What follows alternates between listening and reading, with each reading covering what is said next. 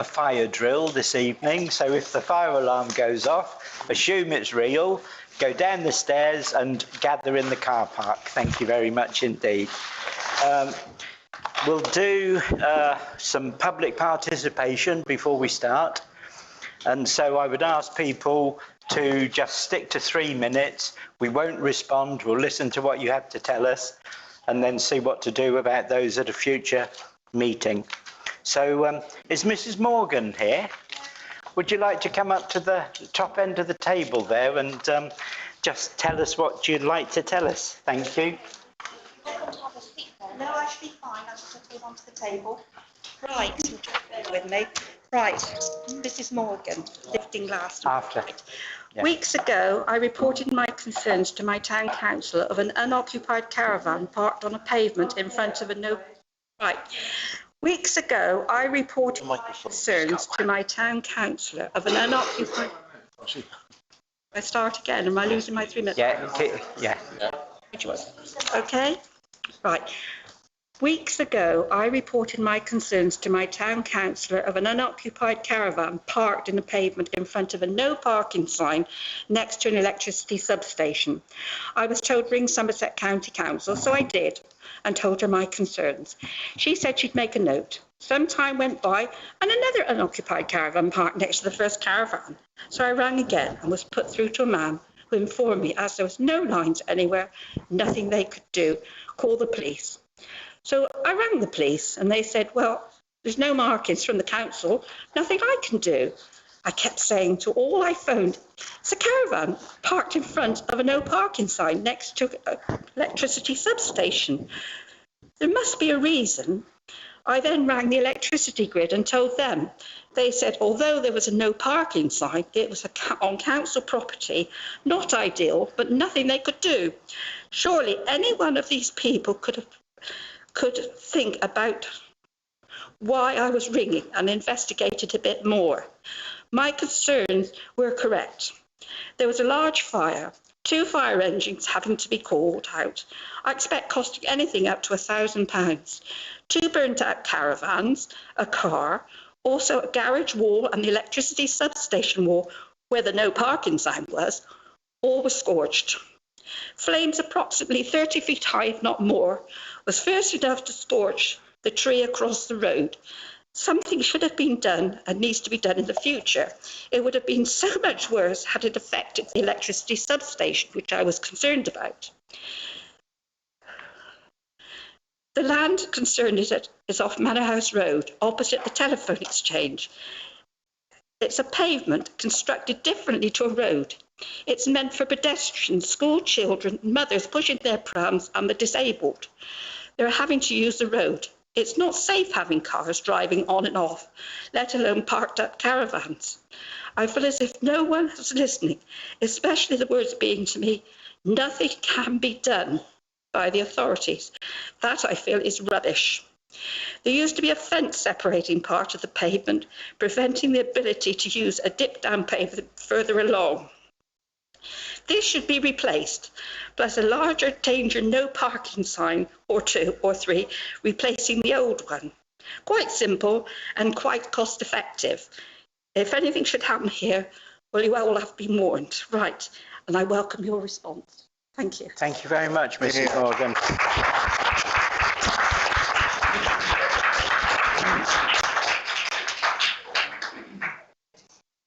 Okay, thanks. Is Sarah Hoggett here? Bernie, hello. Thanks, Bernie. Yeah. She can't make it because Okay. she can't speak at the moment. Thank you. So I'll read what she's written. Good evening. I'm here to represent businesses and workers in Glastonbury regarding the antisocial behaviour which has gotten way out of control. Back in 2018 we had problems and things did start to get better, but over the past several months the town's fallen back into disarray or dismay. This escalation has surpassed anything that I've seen in the last 30 years of living and working in this town. Businesses and workers are having to, on a daily basis, be on high alert, never knowing what carnage may erupt. This can't continue. We're constantly phoning in incidents surrounding these issues with no results of them ever being solved. There are endless accounts and videos of what we have witnessed with regarding to the police attending. Quite often handshakes are given, and the other week an officer gave a high five to the person being questioned, an outcome which is quite frankly shocking. What message does this send out? For several months we've witnessed heavy drinking, drug taking, abusive language, threats and harassment, thieving, drug sales, urinating in public view, often with trousers around the ankles, and also spitting, including on people. A huge issue that this is resulting in is the effect on tourism, as the town has been highlighted in the media and by word of mouth that it is no longer safe. Tourists are regretting being here. They're absolutely appalled with what they have witnessed and have made their opinions known to locals and shopkeepers alike. Similar to the tourists, local residents are also not venturing into town. They don't feel safe no matter what time of the day. So how do we put an end to this? The root cause of the antisocial behaviour is drinking on our streets.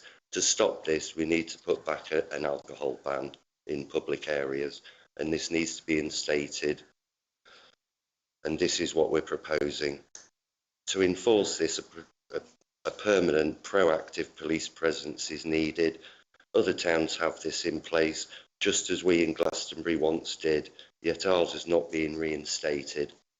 The question remains, why has this been allowed to happen?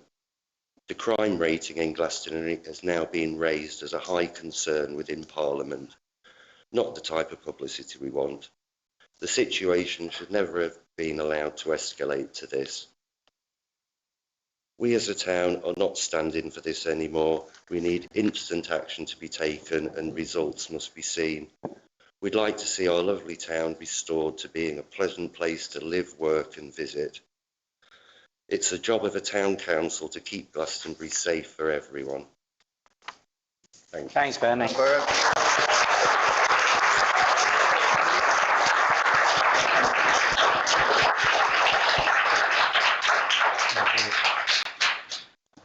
Chris Black, is he here? Zigzag?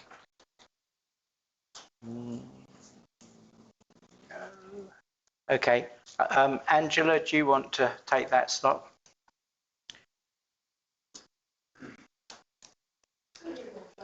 Thank you. Such a long time. How many of you walk your wards? They're an absolute disgrace. Beyond the high street, I've just walked past Heathleys now, and there's at least 100 dog ends on the... People come into town, they buy up, they settle down, and then everywhere is rubbish. The dog mess is absolutely unbelievable. I should have brought my phone, really, but everywhere we go, everywhere you look, I'm sure if our visitors walked beyond the high street, I don't think they'd ever come back, because it is so awful beyond the high street.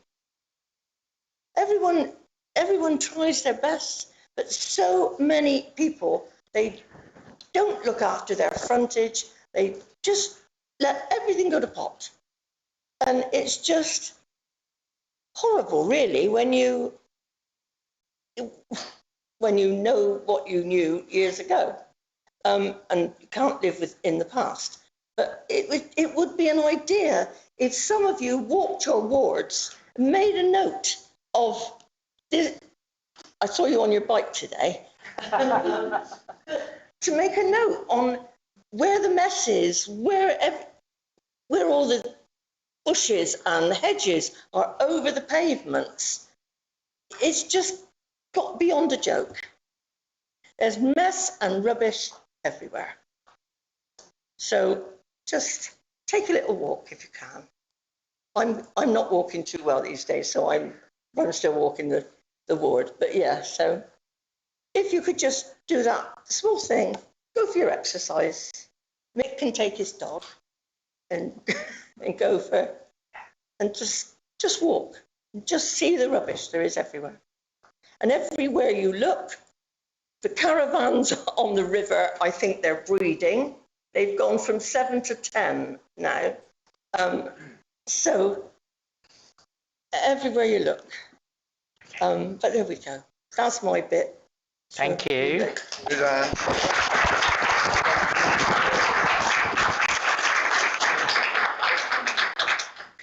Okay.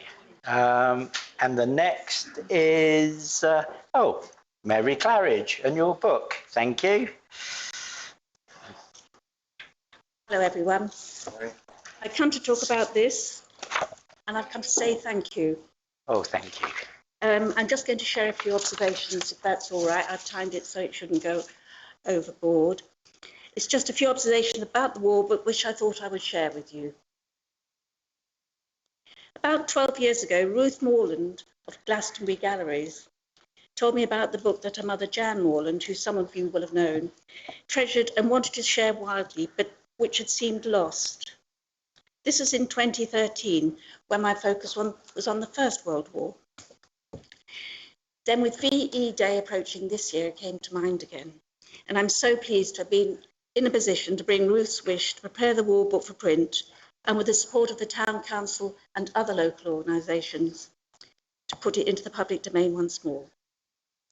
With the 80th anniversary of VE Day, the Second World War is slipping ever deeper into the past. For post-war boomers, this comes as part of getting older. One of the things that defined us as a cohort were the war stories, war films and bomb sites we grew up with. Anniversaries can be filled with meaning. When the nation on Armistice Day bows its head to the unknown soldier, our shared action defines us as a community. You may recall the centenary of the First World War start in 2014, shortly after Russia annexed Crimea. This now gives the idea of sleepwalking into a European war huge resonance. As William Faulkner famously observed, the past is never dead. It's not even past. In 2025, the sounds of the past and the present are deafening, ominous even, when we look around the world today. The war book, written in 1941, also has echoes in the present, with current stockpile device I read about and which is advised in certain parts of Europe now.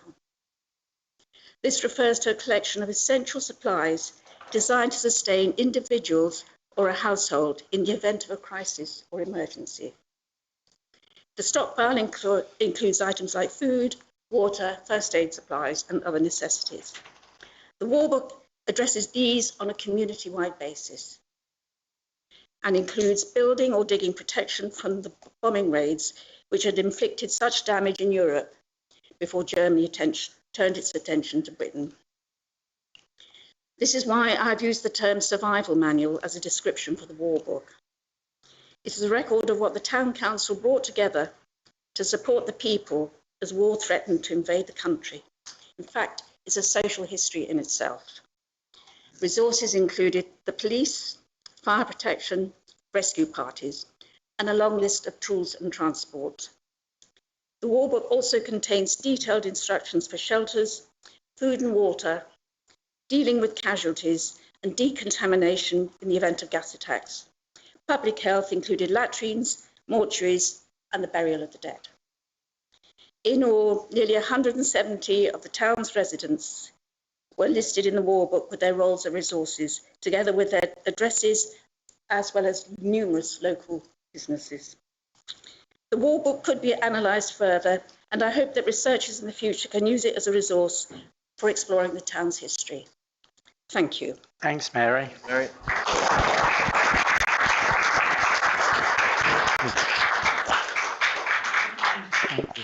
At the council meeting last month, I said my charity as mayor was going to be Promise Works. And I have John Chambers very kindly come. Would you like to say a few words about it, John? Thank you. Everybody, yes, my name's John. I'm the Mendip Area Coordinator for Promise Works, and we're a Somerset-based charity. We're only in Somerset, and what we do is we provide volunteer mentors for vulnerable children and young people for a minimum of 2 years. We go from 5 to 25 years old, so we cover a long range. And the sort of young people that are referred to us have all had some sort of adverse childhood experience in their lives. They may have had just one episode or many, many more. And what a mentor is, it's somebody that's going to see that young person every week or every 2 weeks. They're going to find out what they're good at and do those things with them. So they'll be really positive influence over that young person. So it's a big commitment, it's just 2 years. And if those young people aren't good at anything, they may not have experienced many things. So part of a mentor's role, maybe to give them new experiences through that as well. But it's about that relationship that's built up over those 2 years. Because, you know, many services, even schools, you know, teachers change, etc., etc. So there's one stable adult in a young person's life. So I'm not asking for money, as we are a charity or a Somerset charity, but we are looking for volunteers. That's the main push this year. We've got lottery funding, etc., so we're okay financially for a few years. But in terms of volunteers, so across Somerset, we have over 300 young people waiting for a mentor. In Mendip, we've got just over 60. So we just need more mentors to support these young people. And it is a big commitment. It is that 2 years. We give you 4 days training. We fully support you and give you a budget to work within when you're working with that young person. I'm more than happy to come back and give the big presentation. Yeah, perfect. It lasts about half an hour, but that's us done. Yeah, thank you. Do you do the DBS checking? Yeah, and okay, absolutely. Thanks. Yeah. Yeah. Okay, perfect. Thank you very much indeed. And yeah, I'll ask you to come to another committee or something like that and give us a full-on presentation. Thank you very much indeed. Thank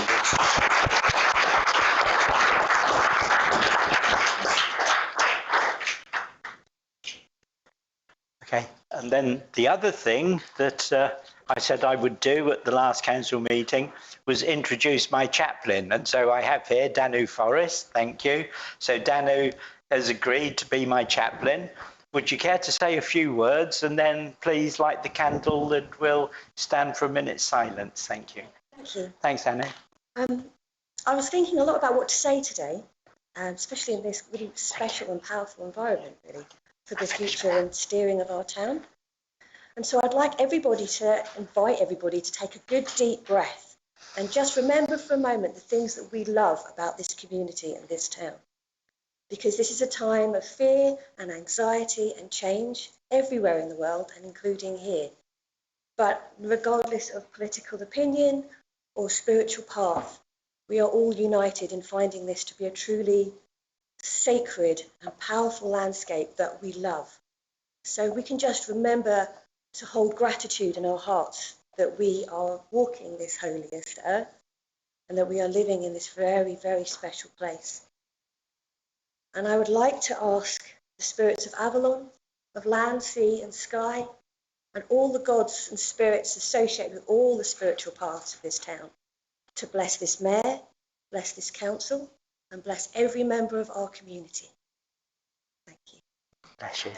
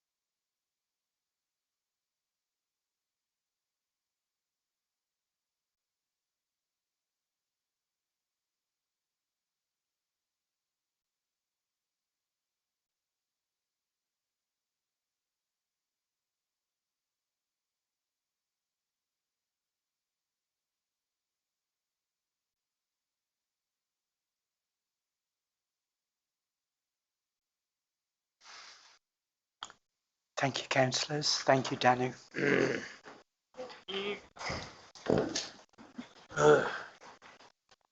Thanks, John. Are there any apologies for absence, Town Clerk? Your Worship, I've had apologies from Councillors McDougall, Councillor Smythe and Councillor Cottle, all unfortunately owing to being unwell. Thank you. Any declarations of interest that are not already declared?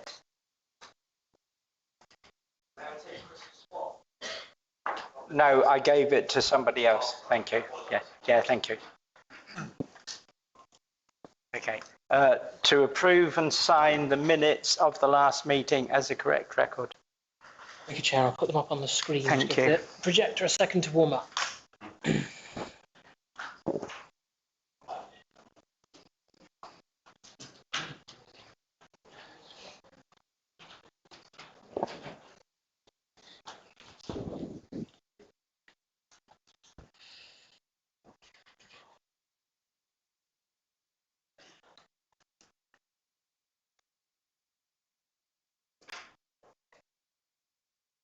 So you've got page 1, Your Worship. Oh, thank you.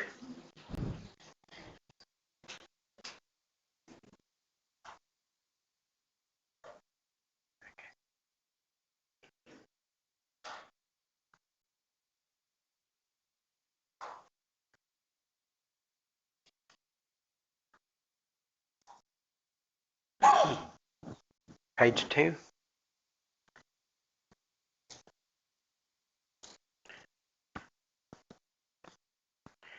Do we have mace bearers on the agenda, or shall I just comment on that? It's being advertised, Your Worship. Okay, thank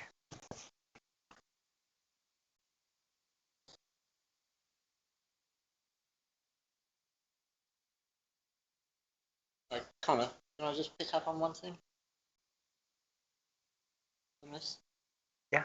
Yeah, I don't think my name was on there as having given notice of and made the meeting. Because Deary Much was offered to pass on the message. I was caught by... Top, Your Worship. Yeah, he's on the list. It is on there, is it? Yeah. Oh, it's all right. Under councillors present, the first one. Yeah, Councillor Napper? He wasn't here. In the wrong spot, Your Worship. Oh, okay. Your Worship. Sorry, yeah, he was under absent, right? Yes, okay. Thank you, yes. Councillor Napper? Thank you, Your Worship. I can't see my name on there either. I certainly gave my apologies. You did, you gave your apologies. Your apologies, Tom. Yeah. It is on this copy, Councillor Napper. Yeah, thank you. Yeah, it is. Page...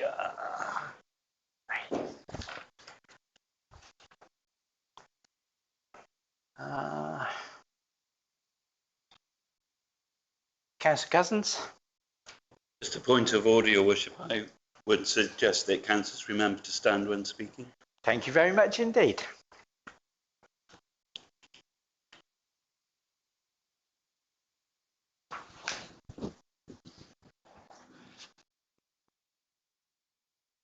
On page 4, Your Worship. Yes, thank you.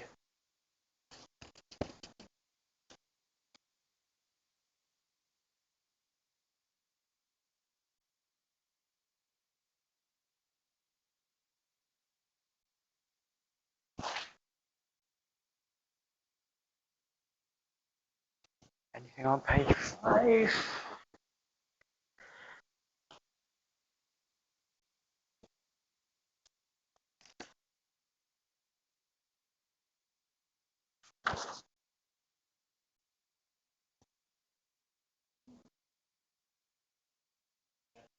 Councillor I Henderson? appear to be a member of the burial board, and I'm pretty sure I didn't volunteer for that. If I did, I apologise. Okay. Yes. Okay, thank you. So you don't think you volunteered for that, Councillor Henderson? I can't remember volunteering for it. If I did inadvertently, I apologise. Yeah. Do you want to be on it or not? Not really. No, okay, thank you. You do have to nominate 7 members. So, oh, actually, why have I got you written down twice?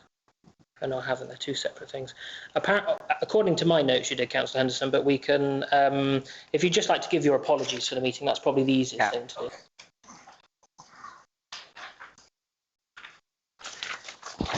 anything on page 6? Yeah, page 6, Your Worship, last page. And if no comments, then can we agree that this is a true record of what happened? I will suffice. Thank you. Okay. And then to receive an update on actions from the last meeting. Thank you, Worship. So the leaflet agreed to be distributed from the Climate Emergency Advisory Committee. All I have to now do is book for the pickup from the printers to the Royal Mail sorting centre. I didn't get a chance to actually do that today. I looked at the clock and it was 5:05 and they'd unfortunately shut. Okay. But I will be doing that tomorrow. It's all printed and the distribution is booked week commencing the 30th, which was the soonest excellent. Week I could get Royal Mail to do it. So it's all booked. Thank you very much indeed. The signatories on the bank account have been updated. I think there might be an item on tonight's agenda to put out a plea for any more signatories, particularly for Unity Trust. News releases, they've been distributed to the various news outlets that we have contacts for. And I will need to issue the reminder of committee meetings, but I'm also getting clerks to invite all councillors via their emails, so it appears in your calendars. So that should make things easier when councillors use your councillor emails to see when meetings are coming up as well. But I'll endeavour for next month, if Katie, you could make a note, we'll provide all councillors another printed copy of the calendar of meetings for the rest of this calendar year. Okay, thank you. Councillor Cousins? Thank you, Your Worship. I note that the comments I made about the internal drainage boards were in the minutes. I don't think there's any other space to say this, but I attended the finance meeting of the internal drainage boards and they would welcome the advice of the town council on ethical banking. So I don't know whether their clerk, Ian Sturdy, has been in touch, but it would be very useful if our clerk's office could liaise with theirs on ethical banking. Very good idea. Thank you very much indeed. I did make a note to do that, Councillor Cousins. I haven't yet had a chance to do that, but I will get in touch with Mr. Sturdy. Thank you. Okay, and thank you, Town Clerk. Item 5, to note the latest crime statistics report and receive an update from the police. Thank you and good evening. My name is Rachel Clark. I've only been here a few months, so bear with me. I am fully conversant though with Glastonbury. My mum used to be a school teacher at the primary school, my late mum. And I recall coming here as a young child and being quite interested in this town, and it has a lot to give. Thank you.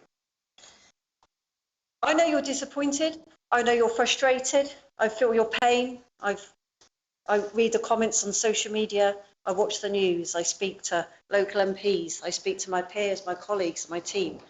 And we're not in a good place right now. I'm not here to go over the past. It's all about looking to the future, which does look more promising than it ever has for neighbourhood policing.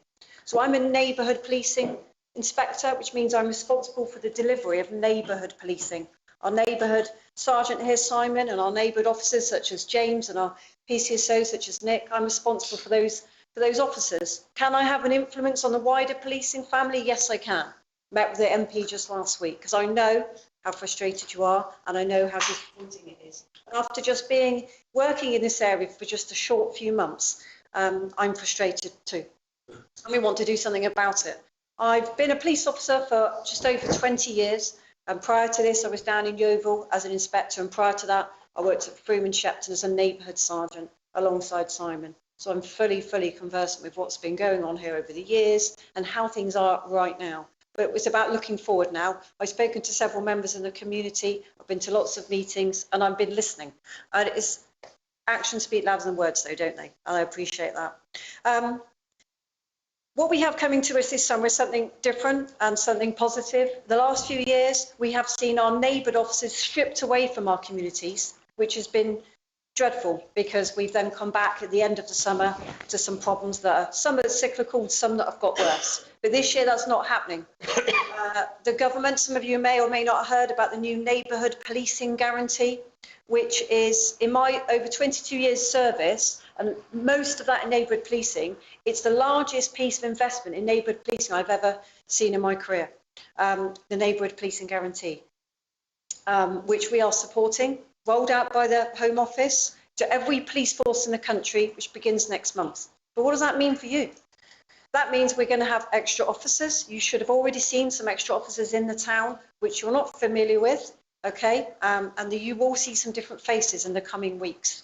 The government has decided, and this is all on the government website for anybody to read and see, that there are some priorities, and it's about getting people, police officers, back in our communities, on our street, uniform, visible presence, which I know lots and towns throughout the country haven't had. Community-led policing, a named officer, contactable, obviously responsive to local problems, a crackdown on antisocial behaviour, neighbourhood policing teams having tougher powers. I'm liaising with the council about getting the PSPO back here, because I know you're desperate for that. Safer town centres, neighbourhood policing teams will crack down on shop theft, street theft, assaults against retail workers, so local people can take back their streets. And I can hear it, I can feel it, and I want you to trust us to deliver that to you over the coming days, weeks and months. This neighbourhood policing guarantee isn't a summer thing. It doesn't go away in September. This is here to stay. So we have an extra 10 officers coming to Somerset East, which are going to help our local problems, address, target, focus on our hotspot areas. In conjunction with the neighbourhood policing guarantee, the Home Office have identified in this area 5 towns that need the extra hotspot policing, which is Glastonbury, Frome, Wells, Chard and Yeovil, which is why you're already seeing extra new faces, extra police officers here to make that difference.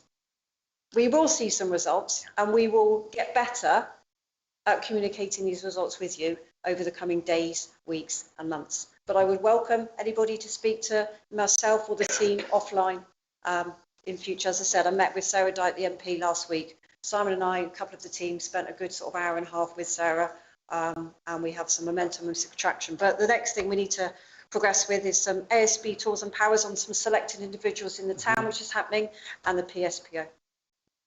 Thank you, Rachel. But thank you. Yeah. Councillor Mutt. Thank you, Worship. Yeah. Could you confirm whether or not it's possible for the town to impose a drinking ban on the streets of the town? I can't confirm that right now, but I will in time. I need to speak to the council this week. Set up the PSPO first, and then we'll look at those different layers. But we realise that is, we do realise that that is one of the main contributing factors to what's going on here. But we are also working with some of our licensed premises and some of our off licenses. So we've met with Nikki King, the licensing officer, to take some enforcement action on certain things, certain sales, shall we say, going on as well. So it's a joined effort, a bit of collaboration within the community. Sorry, if I could say, are there other towns that have enforced a drinking ban, you know? Well, there might be a little bit of misunderstanding. When we had the PSPO in, drinking wasn't in itself banned. Because a lot of towns didn't want that to happen, because actually you can have unintended consequences by banning it completely. For instance, you couldn't have a community event in the high street with drinking. What there was a power in place that if somebody was drinking and thought they could or would be causing antisocial behaviour, then we'd have a power to ask them to hand it across. And if they didn't, that's where the offence happened. That's what it was. So it was never actually banned. And that's what's lapsed, unfortunately. But it was a great tool, it's a powerful tool. We are working with the council and the other agencies to try and get that back in place. Thank you. Could it be done this summer? That's down to the council. It's out of Somerset. We are speaking with them, and I know Sarah Dyke, she listened to us, she heard our views, and to that point about the PSPO order and the effects trouble that happens here. Your officers actually apprehended and arrested these people, the CPS let them go, and with sufficient evidence that should have put them in prison. So what I'm asking you is, why is the CPS letting those people go? Okay. And giving you these extra powers? Okay. Is it to push that agenda? We can't discuss this because it's not on the agenda. Okay. But it's certainly a conversation to have at another point. Contact me, I'll have a chat. No Yeah, problem. thank you. Thank you. Yeah. No. No. It's the same thing, please. We have public participation.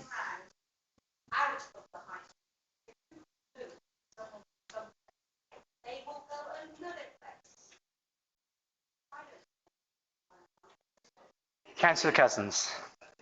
Your Worship, I wonder whether there's any merit in the police attending a public meeting where the representatives of Glastonbury can actually come and express how they're feeling about these things and listen to the response from you and from Simon and the team, and that we can work together to try and address this, because clearly there's a need for that communication that isn't happening now. And this might not be the correct place for it. And I think that there'd probably be more people if they knew they would be able to come and air how they're feeling. I'm happy. I'm happy standing up and speaking in front of anybody. What I would welcome is for us to demonstrate to you over the coming weeks what's happening. We can sort that meeting out, of course, definitely. But I would welcome positive reporting. And I know people have given up. I know people have lost that trust and that confidence in us. But we need those positive reports, because the more reports we get, you know, we've got the media have been here because they've seen a rise. They've seen an increase. Everybody's seen an increase in the high street. More volume, more blue lights, more arrests. You know, people we have been enforcing. But on the back of that, that's actually then caused the media to be interested. I've had emails to the BBC. What's going on there? Why are there more police? There's more police because we're going out there and taking some robust action quickly. I say quickly. We're going out and taking robust action, and we're arresting the right people, okay? And it does take time for certain people to receive certain enforcement penalties, and that is coming, okay? But to strengthen that, the neighbourhood policing guarantee, I can't stress enough what an investment that is that starts on the 1st of July for every town in the country, okay? But yeah, I'm happy to go to a meeting, but I want it to be constructive, because, you know, and I want this to land well. And we are held account. I'll stand here and hold account. I'm happy to come back and speak at this council meeting 7 months to go. But action will speak louder than words. Thank you, Rachel.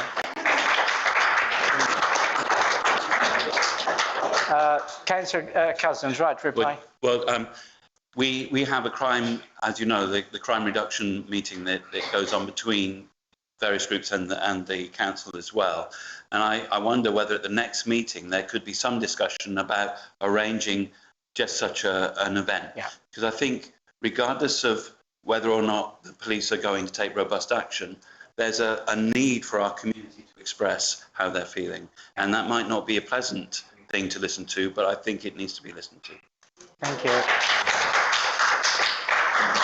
Councillor Ronnie-Dougal.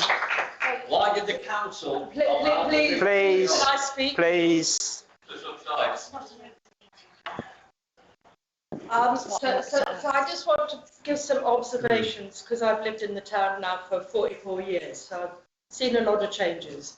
And when I'll call it the alcohol ban, even though I know it wasn't an alcohol ban, when that was put in place, there was a huge shift.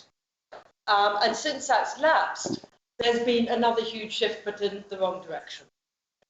I'm also aware that we have in the town lots of people who are non-bricks and mortar, and they tend to get blamed, but they're always there. Just recently, according to information that I've received, a local person was released from jail and started to cause a lot of trouble in the centre of town. And this recent concern, let's put it that way, has been in that period of time that we've lost the alcohol ban, and this local person has been causing trouble on the streets. So my feeling is I've seen the ups and the downs, and at the moment we're on an up. And then it brings out people's prejudices and so on, and that then causes even more trouble. So the sooner that we can get that alcohol ban, I know it's not a ban, but yeah, put that in place again, and the sooner that we can identify what one might call the key troublemakers, the sooner we will go back to our, it's only ever relative, isn't it? Our relative calm or our relative problems. Yeah. Thank you.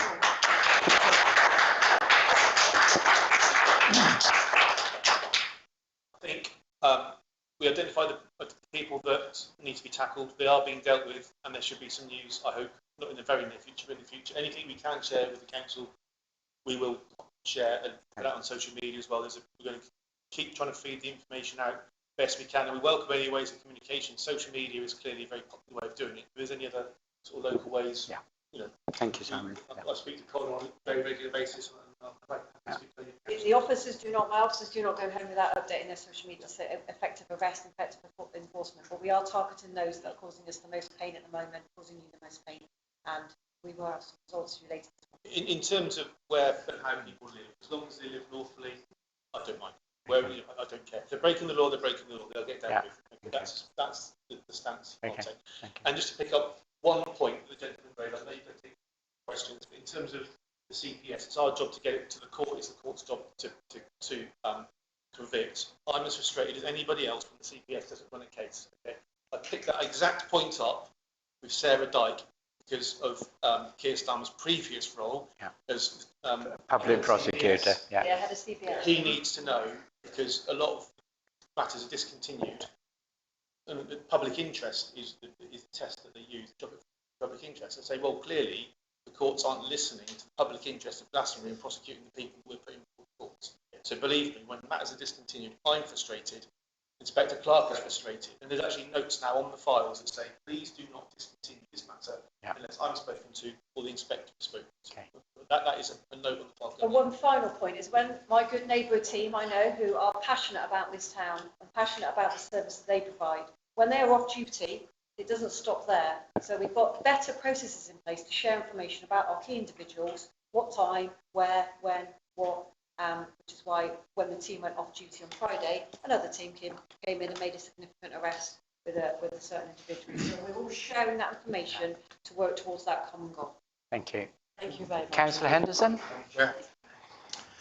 Well, I'm encouraged by this new initiative, and I'm looking forward to seeing the results. I think we've got a TCCR meeting tomorrow night. We can certainly discuss when we can have that meeting. Yes, I can't be there. Okay. But I think, you know, as this comes in on July the 1st, I think it's only fair that maybe we give it a chance to show some results before we start, you know, criticising it or praising it, whatever. So maybe we can discuss how much time we're going to give it. I notice on these stats that we get every month that the crime went up about 10% between March and April. Now, obviously that sounds like a bad thing, but would that, I mean, if you suddenly start arresting more people, that would push the percentage up, wouldn't it? So it may not necessarily be a bad thing. So we could keep an eye on those stats and read something into that there. Certainly, it shows positive, robust action, but it also shows, hopefully, positive reporting to us. Yeah. Yes. The more reporting, the more we can give resources to a problem. Yeah. Yeah. Thank Absolutely. You. Did you have that's pretty much all I have to say. Yeah. Thank you. Yeah. Yeah, Councillor Acton. Thank you for coming. It's always welcome to hear some input from the police. We've missed you at several meetings. I'm part of the crime prevention group and I hope to see you there tomorrow. What my people are saying to me, what my constituents are saying to me is the fact that they do not see any justice being done. And that concerns them greatly. They do report matters to the police and nothing appears to happen. Now, I'm pretty certain that something goes on behind the scenes, but it's not given to the people. And that's the problem. In fact, I would say the only disadvantaged people at this moment in time in the town are the residents that are disadvantaged by what is going on in the high street and what has gone on for a considerable length of time in the high street. And we cannot close our eyes to it any longer. It really is making the town look awful. You know, the town is one of the most dangerous towns in the whole of the southwest. And that's the police statistics, not mine. So we really all have to work together on this. And when we see a problem, we have to report it. Don't shrug your shoulders and walk away and say, oh, they won't do anything. Please report it, because we need as much information. And I'm pretty certain tomorrow at our meeting, we will be discussing a public meeting. Thank you. Thank you. Deputy Mayor. I was just wondering if either Rachel or Simon could remind members of the public and of the council of how to report and the many ways in which to report.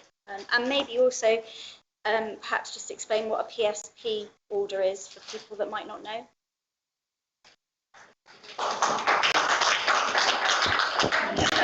Back on that knowledge thing, and when I landed towards the end of last year, so I spent a few months here now, the communication was key, and I realised that we're not very good sometimes at communicating. So that's perhaps something that we can discuss with you tomorrow about that, the best way that you want to hear from us, because we are accessible, and that would only going to be enhanced with a neighbourhood policing guarantee, because the Home Office has said you may have heard on the news, you must have a figurehead from the police in your community and know who they are. Ways to report. Simon can go on to the PSPO and how and it works in Glastonbury as it did. In terms of contacting us, 101 on the phone. If you want us there, I'll come to that. I know. I've seen John already. He's laughing. He's like, oh, 101, be on there for days. I've done it myself, okay? I've done it myself. 999, obviously, if you want us there yesterday, okay? But we have our what we call our neighbourhood pages, our beat pages. This is us, this is the team. You'll see our pictures, you'll see our priorities, and there's a button saying contact your team. The best thing about that button, it goes to everybody on the team, not just one officer who might be off sick. Okay? Crime Stoppers as well, anonymously. Yeah. Can get fed to us. Very, very important charity. But I appreciate the demands and the 101 and the queuing system. PSPO, as it was in Glastonbury, worked very well. When I was in Froome and Shepton, I was quite jealous, to be honest. I was a sergeant there, with Simon's equivalent over there, and it worked really well here, and we couldn't get it going over there. So why did it work so well? It worked well. I think we had the support of the community behind it, and also we were able to police it and use it. And actually, we have a very good working relationship at the time with the enforcement officers in Somerset Council, and we still do. We still have that relationship. We still talk to them on a very regular basis. So it was essentially, for people that don't know, it's like the old bylaw, and I explained it earlier on, and it worked in the very same way. And there was dogs had to be on a lead, and intoxicated liquors, dogs on a lead. There was the 3 bits to it. Yeah. And it was a local bylaw that we prosecuted and ultimately be fined for. That was the end result. But it was very, very effective, and it was mended wide. And there's various reasons which I'm not going to speculate or go into as to why it wasn't renewed. But in terms of the enforcement of it, I think Glastonbury was an outlier in the way it was used and actually how effective it was across the whole of the community. Thank you. Councillor Cousins, oh, sorry. Sorry. Right reply. PSP. PSPO. Public Space Protection Order. PSPO. Yeah. Is that including the 2 caravans parked side by side or what? It's not, they're not included. No. Thank you. Councillor Cook and then Councillor Cousins. Thank you, mate. Yeah, well, I'd like to say thank you for all you do, because I've known plenty of you from the rugby club, who get to do other things and then move on to the police. So it's fantastic, and when you hear from yourself, you hear a lot of the problems that you are obviously suffering and going through all the time, which is political and it's nonsense. So I'm glad to hear this. This is a real positive step forward for us and yourselves as well. Absolutely. And what I don't like hearing is the complaints about the police. Oh, well, they didn't do anything. They do. I don't think people realise what you do. Another communication issue, possibly, that a whole process could be explained at some point, so that people are aware of what is actually involved. You've got to look after yourselves as well. I've reported 3 incidents down Benedict Street. One a violent attack on another guy, and then another guy with a knife, and then blah blah blah. And the response was literally, I think the second one, the guy having been beaten up quite badly, was literally about a 5-minute response. He was on the pavement, so we couldn't do anything, and the other guy was going mad, but it was dealt with, right? So I've got every respect for the police, and I think really we want to adjust our attitudes, really, if we've got any doubts about police, that we have to be 100% behind you. Thank you. Really, seriously. Thank you. Councillor Cousins. Thank you, Your Worship. You mentioned the bylaw, and in the bad old days, Glastonbury Town Council was able to put a bylaw through. You mentioned the Public Space Protection Order and that it lapsed, and that, I presume, is the fault of Somerset County Council. Is there any way that Glastonbury Town Council can put a Public Space Protection Order through? I don't know, but I would encourage the council perhaps to consider communicating with the council over concerns that it's not been in place, and the support, if any support around its reintroduction, it wouldn't go any harm. Because Sarah Dyke is, I am, and you as well. That's 3 strands of support for it. Okay. Councillor Cook. You're talking about the restricted drinking zones? Yes. Right, well, that's quite straightforward, isn't it? For us. Bylaw. I mean, Lindsay was talking about it online, wasn't she? But what you don't want to do is, like, obviously prohibit it for the people that can drink and behave sensibly. You know. Yeah, that's right. That's the whole point. Yeah. So it's nothing. It's not an arrestable offence as such, unless they've done something wrong. Thank you. Unless they've committed. Okay. It's about seizing the alcohol problem if they're acting in anti-social. That's right. Yeah. Thank you. Councillor Manning. A couple of things on the PSPO. First of all, this council actually wrote to Somerset I think it was just before it lapsed. I think it was July. I think July last year. Last year is when it lapsed. I think it was at this meeting last year. We wrote to Somerset and said, look, we don't want this to lapse. We want it in place. Yeah. I don't know if we ever got a satisfactory response from Somerset on that. I think it's really important that it's in place, and I love the idea of bylaws, but the problem is going to be enforcement.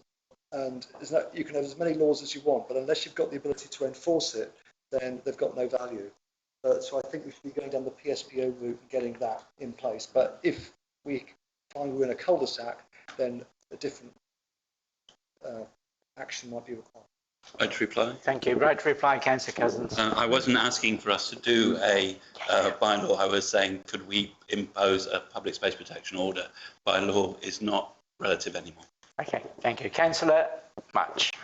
CCTV, I often get asked, can't we have CCTV here or there? Benedict Street, where I live, is case in point. And there are cameras, apparently, but they don't face in the right direction, and they never seem to capture everything. And just last week, we had an incident down Northload Street where somebody threw all the plants out of the planters all over the pavement. And this person's been captured on a camera, but a camera, the film quality is so poor, you can't see who it is. And why is that problem in the 21st century? Why does it still exist? And do you see CCTV as a really significant asset to your work? Yes. Yeah, I certainly see it as an asset. Again, we should probably communicate on how well it does help us, of course.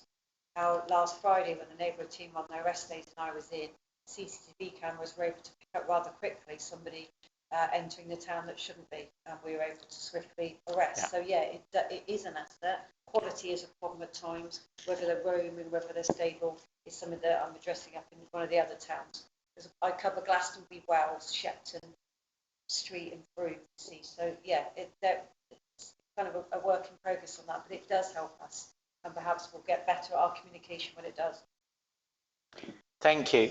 We can have a dive into this in the Crime Reduction Committee tomorrow night and sort of see if there were sort of optimum ways to come out of it. Have you done? And if so, thank you very, very much indeed. I mean, just finally, happy to speak to anybody, as we say, offline. Just ring me, write to me, give you my email, we'll have a conversation and go through, because you're quite right, sir. It is about managing expectation and understanding what we can and can't do.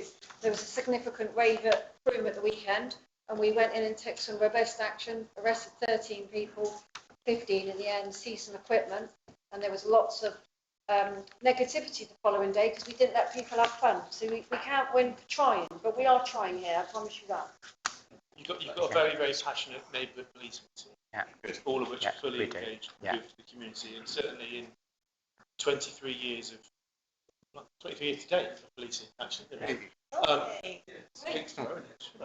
years today. I've never worked with a more passionate team. You know, are things perfect? No, they're not. And I said that on the BBC the other day, but we are striving to get better at what we do and turn this into a positive meeting this time next year. Yeah. Thank you, Simon. Okay. Thank you.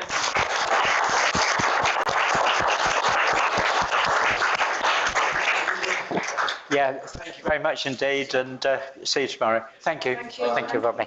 Thanks, all the best.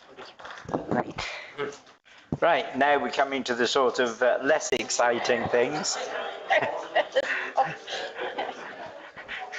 This is everybody's cue to leave, no doubt, to consider and approve the schedule of payments. Yeah, thank you. Yeah. Wait a minute. Yeah. I'm glad they came.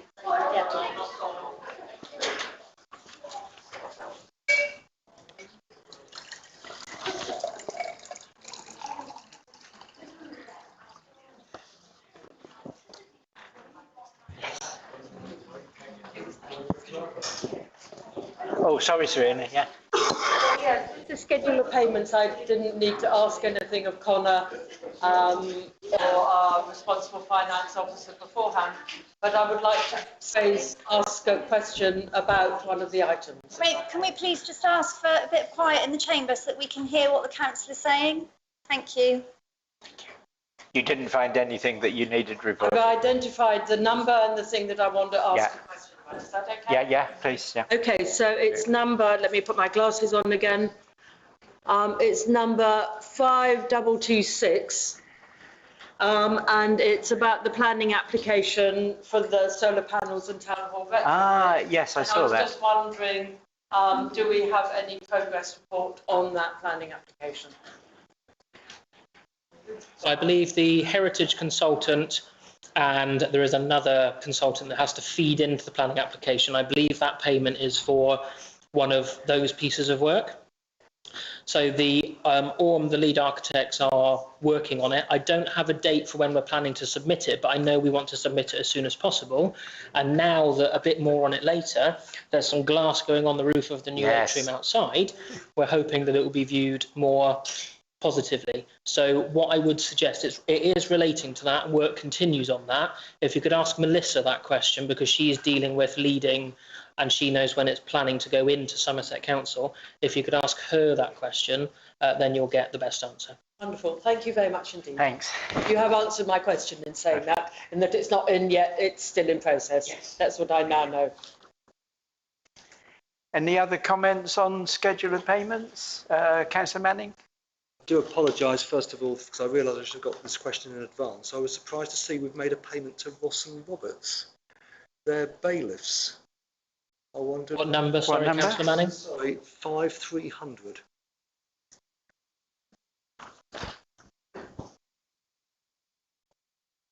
Yes, so what that relates to, Councillor Manning, I've had a long dispute with Somerset Council about how they had St Dunstan's house next door listed for us to pay a form of tax. So they still had it on the council tax register as if it were a domestic property. So it's taken so long for the to listen to me that actually they themselves have given permission for it to be a fully commercial property, that it should come off of the council tax register and instead be on the business rates register. What that relates to is we paid the council tax as if someone were living in it, that Somerset believed was still due, and was up until, I believe, the 14th of May last year was when they removed it from the council tax register. Now, what they had also done is they've charged us court costs on top, because in their process, if you refuse to pay for a certain period of time, they will take you to court, basically. So because it took them so long for us to go through that process and have it removed, it did have that charge levied on top of it. Now, I discussed that with Councillor Cottle, and he said, don't even argue it. They will never, ever rescind that court fee. So the reason it's listed separately is because we had paid what we believed was owing, tried to dispute that court cost, but we had to pay that separately. So that's what that relates to. But St Dunstan's House has been removed from the council tax register and will be on the business rates register, and we'll start paying business rates once it opens. So we'd been paying council tax for much longer than we should have been, but it took a long time to get that sorted. Thank you. Can we approve this proposal and take that? Thank you. Yeah. Okay. So if you could sign this copy, yourself and the Deputy Mayor. Yeah, thank you. Yeah.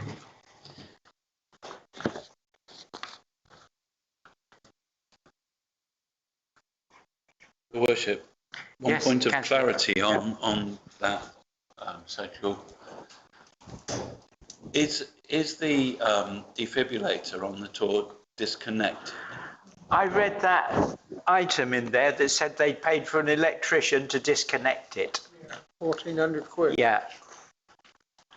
So that is all I know. I believe that's incorrect, Your Worship. I don't believe it has been disconnected. SSE, I don't know what that stands for, sorry. Something in Southern Electric. Were chasing us for the standing charge. Yeah. So they hadn't sent us a bill for over a year, and then all of a sudden went, oh, paid their bill. So it has not been disconnected yet. Okay. However, that's maybe something for the council to consider. I know that the projects officer had been liaising with the 2 third parties who jointly are responsible for the defibrillator on the tour. The council are committed to paying the electricity bill, but the actual defibrillator itself was between a third party and the National Trust. Yeah. And we had believed we'd gotten to a point where those 2 parties had agreed between them to replace it, but that obviously hasn't happened. So what I'm going to do, I'll make a note to ask Scarlett, the projects officer, where she got with that, what's happening, and then maybe we need to investigate getting that electricity supply disconnected so we're not paying the standing charge, but obviously not have all the cables ripped out the ground. So if we want to reconnect it in the future. So the sort of the word on the street is because it's potentially 5G, it keeps getting destroyed, etc. Thank you. I'll ask Scarlett for an update, and then we'll within the office. Wait, Worship. Yeah, so please. My question is the defibrillator on the tour working or no, not working. Burned mess, Councillor. Yeah, thank you. Next one, budget monitoring report. Hopefully, councillors, you've all had a chance to read this lengthy document. Councillor Napper. Thank you, Your Worship. Just to carry on from the defibrillator thing, is there a notice on there that this is obsolete? Only can people go to it and try and get it to work if it's not working? No, it's completely destroyed, Councillor Napper. Yeah. Completely destroyed? Yeah, even look like a defibrillator anymore. Ah, okay, thank you. Councillor Ronnie Dougal. Yes, so I didn't, again, have any specific thing to ask on the previous day because I'm aware that you've completely rejigged how it's presented, and I'm finding this presentation incredibly difficult to read. Okay. I was reckoning that I would need several hours in order to work out what it was that I was actually seeing. Okay.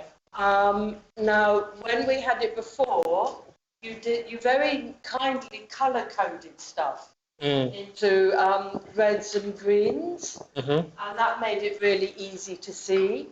It's really good to have a line under the totals so that they're separated from everything else. At the moment, it's like a mass of figures that are all together, and because the figures are so large, there's little space between them, which means it's actually harder to read. So I'm just talking formatting stuff, basically. As you know, I always read them very carefully, and I always present my questions the day before. And I couldn't do that this time because I couldn't make head nor tail of them. Yeah, absolutely. If I could just mention, Your Worship, so this is the first month with this new budget monitoring report, which is in the format of the new set of accounts. Yeah. What I was going to suggest is that actually maybe we organise an opportunity informally to get together, and Michelle and I can actually take you through this. And yes, I can look to do stuff like the colour coding again, That isn't difficult. Colour coded and underlines for totals, so they're separated. Yeah. But it would still be good, obviously, for councillors to understand it in a bit more detail. So that's that. I'll take that away as an action, that we'll organise an informal evening with some tea and coffee and some biscuits, and we'll go through it. Yeah. Thank you. Councillor Henderson, then Councillor Manning. I'm just wondering if you're aware that some of the figures aren't actually fitting in the spreadsheet, Connor. So I think I've uploaded a new version to your folder because, yes, I did notice when I printed it, it did put some hashtags because some of the figures were too large for the box. As long as you're aware, mate. I've uploaded a new version for you all that eliminated that. Commas in, yay. I came to see the RFO yesterday and I said, there's this huge row of numbers that could be millions, hundreds of thousands or something. The annual account. Yes, it was, So but a similar issue. So we'll all get together and have a training session on this new layout.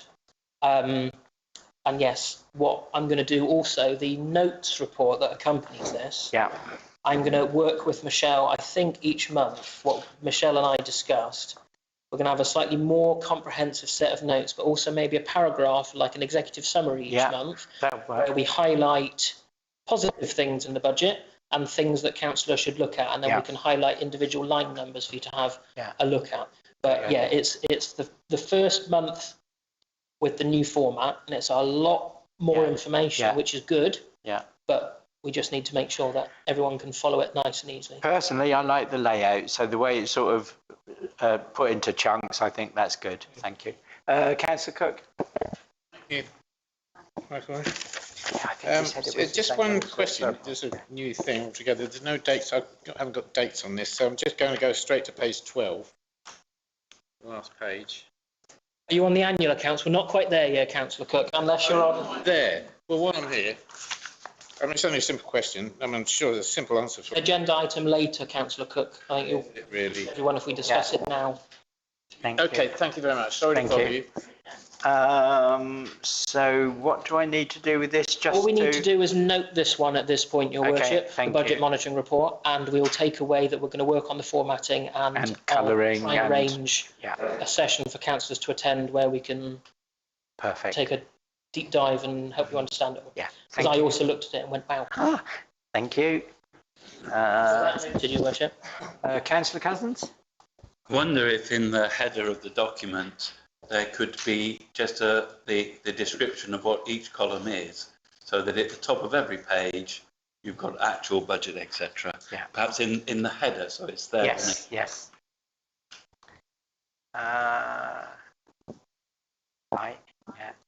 Thank you. I was surprised. Thank you. Thank you for that. Item 8, to receive an update on asset and service devolution from Somerset Council. This is nice and quick, Your Worship. So we've passed the 1st of June, so our maintenance agreement with Somerset Council for the pieces of land and buildings, etc., that we've taken over is now live. We haven't had the freehold transfers as of yet, but I've been providing information to Somerset Council's legal people, and I'll update the council when I know more. But I'm also training the staff internally, making sure the guys know the new bits of land that we've taken on. We've purchased a new lawnmower, which the Property and Assets Committee agreed to, which will allow them to go and cut some of the spaces. It's always tricky after No Mow May, with a bit of a backlog of grass cutting, but that goes generally very positive, Your Worship. Thank you very much indeed. And Councillor Cousins? In light of comments made today, I wonder whether there's any weed control going on within the schedules of our workers. The only thing I can say, Councillor Cousins, is when we finalise recruitment of the 2 new members of staff, then I would hope absolutely yes, but we're already very stretched, having taken on, I don't know how many hectares it ended up being, but quite a few hectares more grass, and we struggled to get weed control in beforehand. We have purchased a new machine that, rather than killing the weeds, it basically rips them out of the pavement using a road sweeper brush. So that is a piece of equipment that the guys can go out and use. We're short-staffed at the moment, so the advert is live. I've had lots of applications. So I'm hoping within those applications there are very good applicants, and we should have 2 new members of staff starting with us in about August. Okay, thank you very much indeed for that. And you again, St Dunstan's House Health and Wellbeing Centre. Thank you, Your Worship. The project continues to go well. I'm pushing the contractors to make back some of the time. They are telling me that they are delayed by, although we've had perfect weather, so I personally disagree with the fact that there could be any delay at all. There is some glass going on the roof of the atrium just outside the window here. They've completed the standing seam roof, and there are some integrated solar PV photovoltaic panels going into that glass roof, as well as some opening leaves of glass to let some of the heat out of the atrium. Yes. Works to restore some of the old windows and replace some of the old rotten and historically inappropriate windows that were in the building continues to go well. And we've got a progress meeting that you'll be attending, Your Worship, on Thursday morning. Yeah. So that project continues to go well, and I am pushing for handover in August. Perfect. Thank you very much indeed for that, and thank you for all your good work on that as well. Yeah.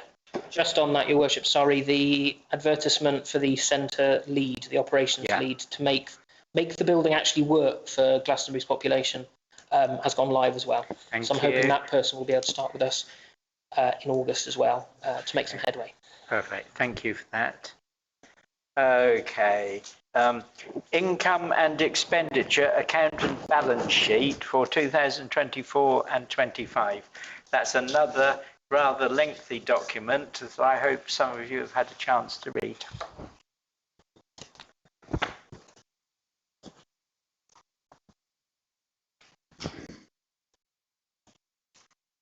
So these are the accounts prepared by the accountant that are subject to external audit.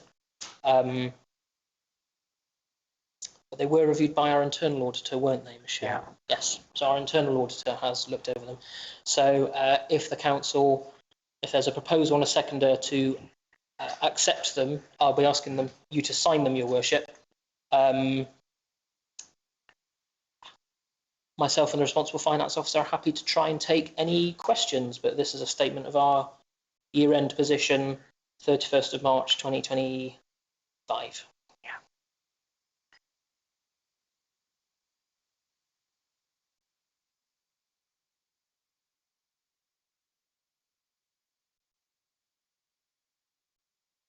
We did very well at reducing our level of debtors. Yes. I was very pleased with that. Councillor Cousins? Thank you. Thank you, Your Worship. Just wondered, looking at the assets list there, whether, or the assets amount, whether the assets list has been updated successfully, and because there was a time when we were trying to explore that, and what the state of that piece of work was. Yep. So the asset register is continually updated. On the internal auditor still has some recommendations for the asset register, and it mainly revolves around the recording of disposals. Now, when we had the internal audit, there hadn't been in that financial year any disposals from items on the asset register. But yes, the asset register has been updated and is now in a place where it's much more reflective of what we do own and what the value or cost of that item was. And that's something that Michelle, new responsible finance officer, will be leading on to keep it up to date. Thank you.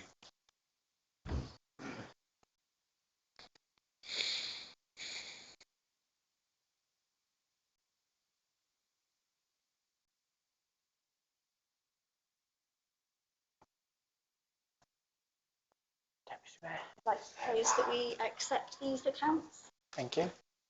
Seconded.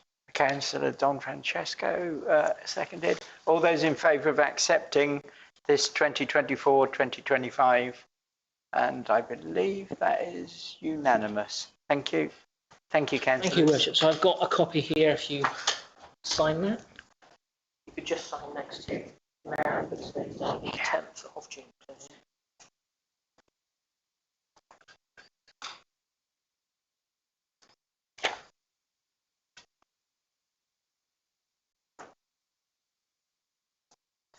Thank you. Thank you very much. Internal. Is that this pro-business one? The internal audit? Yes, That thank one? you, Your Worship. You're all going to be fed up with my voice. So our internal audit took place at the end of May. This is something that happens every year for councils of our level. We're subject to a much more stringent audit regime, I would argue, than councils and maybe the government themselves, who spend a lot more money than we do. So if I may just read out the highlights from the internal auditor's report. That the audit was based on the requirements of the annual governance and accountability return. The audit included examination on the test basis of evidence relevant to the amounts and disclosures in the financial statements. And the audit's opinion, in our opinion, the financial statements have been properly prepared in accordance with current guidelines, and the council system of internal controls is overall adequate. More on that later. Unable to confirm the council's compliance with two of the control objectives as set out in the internal audit report. These are objectives B and I, and interestingly in the letter they write about them the wrong way around. Yeah. So control objective I is for periodic bank account reconciliations to be properly carried out during the year. So the audit states, while regular bank reconciliations were carried out by the responsible finance officer, and that was the previous responsible finance officer, these were not subject to independent review and scrutiny by council members. It is important that quarterly, if not monthly, reconciliations are reviewed by members of the council as part of its internal controls. There has been a change of RFO during the year, and we have been assured that this policy will be implemented as soon as possible.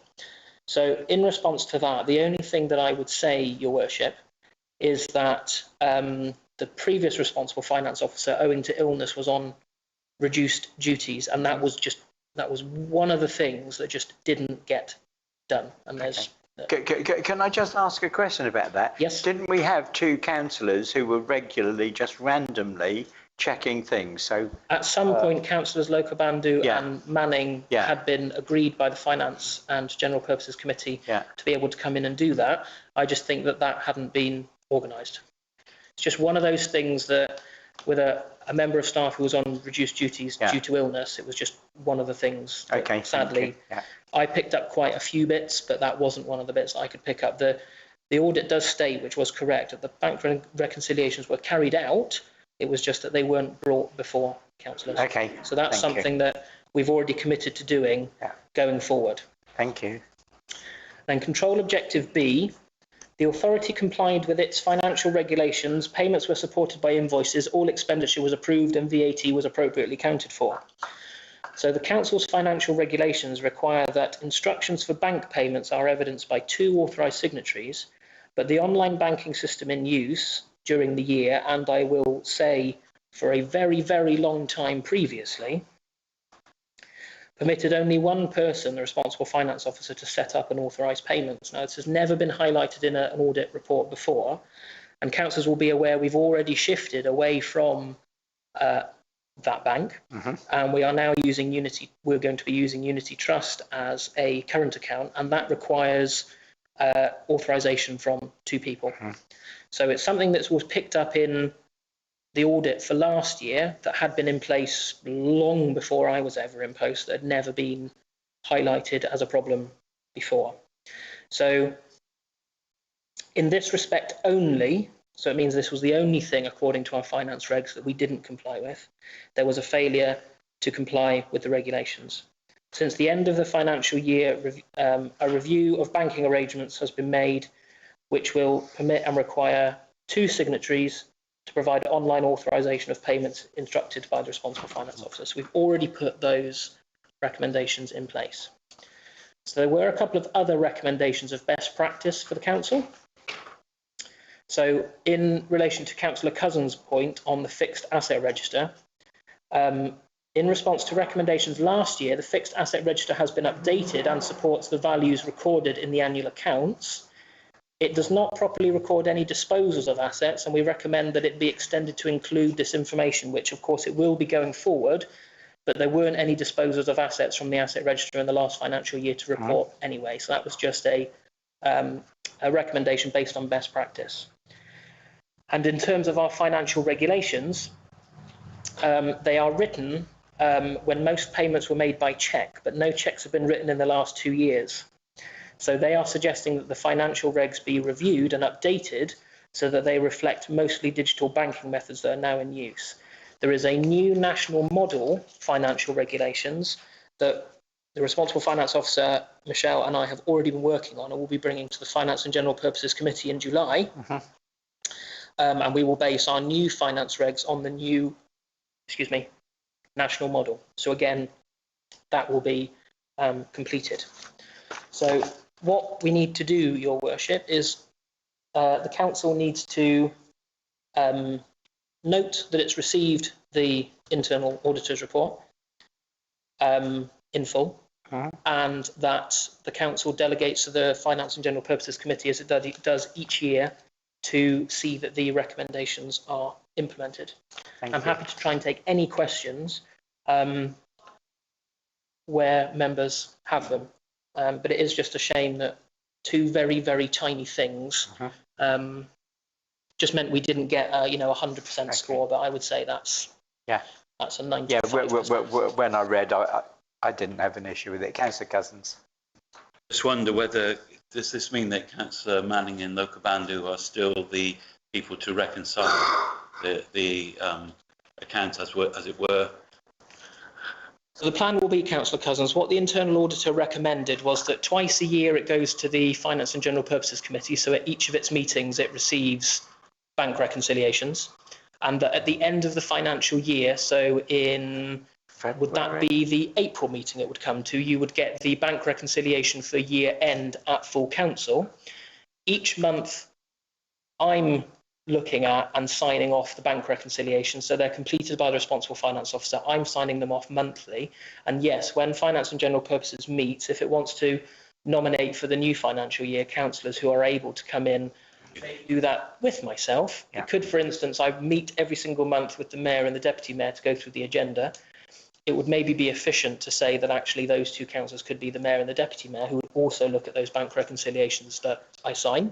But it's up to the Finance and General Purposes Committee, if it wants to nominate councillors, to be able to do that on a more regular basis. And I'm sure Michelle, our responsible finance officer, will welcome spending more time with councillors. Thank you. Do we need a recommendation for this? If we can have a proposer and a seconder and a vote to put note its contents and to delegate to the Finance and General Purposes Committee the implementation of its recommendations. Councillor Cousins? Your Worship, what the clerk said. Thank you. Councillor Henderson, second. All those in favour of sending this to the Finance and General Purposes is unanimous. Thank you, councillors. Next is the annual governance statement. Yes, Your Worship, thank you. So, based on the internal auditor's report, the council has to make a decision on 9 different control measures. So what we need to do is we need a proposer and a seconder and a vote for each of these 9 areas in the annual governance statement. Now, I would just like to refer to box number 1. In numerical order, 1 would do that anyway. The box states, we have put in place arrangements for the effective financial management during the year and for the preparation of the accounting statements. Now, the internal auditor has ticked the box no because of the what I highlighted from their letter about the bank reconciliations coming to council. I had a discussion with the internal auditor that I actually felt that that was very harsh, because I felt that we do have arrangements for effective financial management and we have prepared the accounting statements correctly. There was just one recommendation from a previous year regarding bank reconciliations that didn't happen owing to staff illness. However, the internal auditor said, no, I recommend that the council ticks the box no. Okay. So just on that point, I felt it was incredibly harsh. It reads incredibly harshly, but that is what the internal auditor has recommended that we do. So I wonder, Your Worship, if it's worth going through these. If I explain them, then we take a vote on the answer, and then I explain the next one. Okay. Councillor Cousins? Point of clarity, what is the implication on the council to have that no there? So when this gets submitted to our external auditors, which is the firm of solicitors PKF Littlejohn, which are appointed by a national body to areas, they will come and ask the council, the responsible finance officer, the question, why was that box ticked no? We will then provide the answer, and they will probably reference it in our external audit. But there is no, other than having an external audit that says there was something that the council didn't do that it should have done, there's no fine, there's no punishment, there's no black mark. It's just merely that it's something that we were recommended to do, should have done, but for reasons this council was not able to do, and we'll just have to explain that to our internal auditors. And then when that report is released, the public can obviously hear the outcome of it right now, but when then the external audit and the notice of electors' rights is published, there will be a reference to the fact that this was one of the things that the council didn't do during the financial year. Thank you. Thank you. I'll read it again. That actually, there was a statement here I don't think I read. The above matters are not sufficient to affect our view that overall the council has adequate controls and procedures in place. We are also of the opinion that while there have been instances of control deficiencies, the financial statements have not been affected by these issues. So the internal auditor is saying that the council is well run, we just didn't quite score 100%. Michelle assures me we will get 101% next year. So this document is basically the answer to that, isn't it? Essentially, Your Worship, yes. But the council has to decide which boxes it wants to tick for these different 9 control measures. Now, it may appear as if we've decided for you, but this is what the internal auditor has recommended that the council, based on our internal audit, ticks. If we disagree and tick a different box, we'll probably just get told to revisit it and tick the box that the internal auditor has recommended. Okay. Councillor Cousins. I propose that this council accepts the recommendations of the auditor. Thank you. Councillor Henderson. The only thing, Your Worship, we do need to vote on these one by one. Okay. I know that's a bit of a pain, but we do need to go one. Say exactly the same, but for number 1. Thank you. And Councillor Henderson, second. All those in favour? Thank you. Unanimous. And then box number 2, Your Worship, we maintained an adequate system. We maintained an adequate system of internal control, including measures designed to prevent and detect fraud and corruption, and reviewed its effectiveness. And we are ticking yes to that box. Can I have a proposer and a seconder? Item number 2. Okay, Councillor Henderson, Councillor Oakton, seconded. All I've those got Ronnie Dougal. sorry. Okay. All those in favour, thank you. Unanimous, Your Worship? Yeah, looks like. Measure number 3, we took all reasonable steps to assure ourselves that there are no matters of actual or potential non-compliance with laws, regulations and proper practices that could have a significant financial effect on the ability of this authority to conduct its business or manage its finances. We are ticking yes to that box, Your Worship. Opposed? Councillor Lockerbando. You do? You? I had Councillor Don Francesco. Okay, all those in favour? Thank you. Again, unanimous. Thanks, councillors. A race to raise your hands. Yeah. Box number 4, we provided proper opportunity during the year for the exercise of electors' rights in accordance with the requirements of the accounts and audit regulations. This is one that councils quite often trip over because the wording of when the notice of electors' rights is published is quite difficult to get the dates right. We got it right, so the box is ticked yes, Your Worship. Who'd like to propose that? Councillor Henderson. Item number 4. Councillor Oakton. Yeah. All those in favour? Thank you. Unanimous. Thank you. Box number 5, control measure number 5. We carried out an assessment of the risks facing this authority and took appropriate steps to manage those risks, including the introduction of internal controls and/or external insurance cover where required. Point of order around number 4. How do we make sure that the electors have the opportunity to inspect and ask questions, and how do they know that they have that opportunity? Lawfully, Councillor Cousins, it has to go in the notice board and it goes on the website, and it's set down in law the period of time, the dates that electors' rights are, and I believe, but don't quote me, it's something like the first 10 working days of July. Okay, thank you. Right to reply? Yes, right to reply. I've read so much nonsense on Facebook about the lack of transparency of this council and how I personally am a millionaire now, which I wish was true. Other people have benefited financially, etc., from all the terrible things that we do. And I wonder whether we should promote that opportunity more to counter this sort of rubbish and nonsense and fake news that we see on social media. Thank you. I'll take the recommendation on board, Councillor Cousins. Thank you. Councillor Lockerbando? Just one comment. We have a new town hall website, which is wonderful, which in principle has all our committees on it and all our agendas and minutes. But I think the agendas and minutes are a little bit patchy, being uploaded in a timely manner. And I do get questions as to where are the minutes. For instance, there's a crime reduction committee tomorrow, but it's not advertised on the website. Okay. I'm in the process of training the team to be able to use the website, and I'll take that on board. There are, on pages where there aren't minutes directly uploaded, there is a link to a SharePoint folder that has minutes in it, so people are able to access it, but it's not quite as intuitive as I hope it would be. It's fallen on me to upload a lot of the historic documents, and I mean hundreds and hundreds and hundreds of them, and I'm working my way through it and training the team to be able to use the website, but I'll take the feedback on board. Okay, thank you. Councillor Henderson? Thanks, Chair. Am I right in thinking the TCCR meeting isn't a public meeting? So would that necessarily not go on there? It's an advisory committee, so it doesn't need to meet in public. However, the minutes of meetings and the agendas can go on the website, but I guess it's up to the committee whether you want to allow the public. I understood wrongly that because potentially sensitive subjects could be brought up, that it was not for public. So that would be something for the committee to consider, because it's an advisory committee. It does not have to meet in public, because it doesn't make any decisions. Okay. Do you have a question? No, that's... Oh, okay, thank you.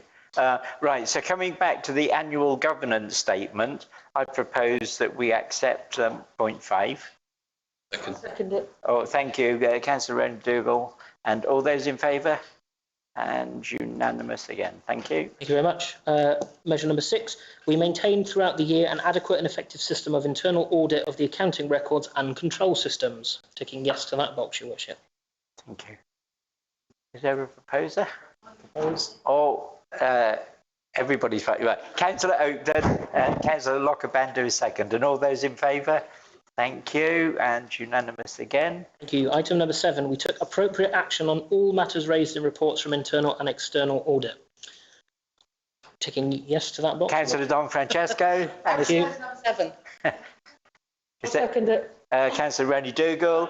All those in favour? Yes, thank you. There, Your Worship. Item number 8, we considered whether any litigation, liabilities or commitments, events or transaction occurring either during or after the year end have a financial impact on this authority and, where appropriate, have included them in the accounting statements. We are ticking yes to that box, Your Worship. Okay. Councillor Don Francesco. Number 8 be passed. Thank you. Councillor Much, seconded. All those in favour? Thank you. Unanimous. And item number 9, it's not applicable to us. I shall read it anyway. Trust funds, including charitable, in our capacity as the sole managing trustee, so this council was not a sole managing trustee of any charity, we discharged our accountability responsibilities for the funds/assets, including financial reporting and, if required, independent examination or audit. That's not applicable to us, Your Worship, so we are ticking NA. Thank you. Councillor Don Francesco. I vote that we NA. Thank you. Applicable. Do we still need a seconder and a vote? Yes, please, Your Worship. A seconder, Councillor Much. Thank you. All those in favour? Thank you. And unanimous yet again. So what I need, Your Worship, from you is on a this signature. piece of paper is a signature, and I need it in that box, please. Okay. And I'll fill in the rest later.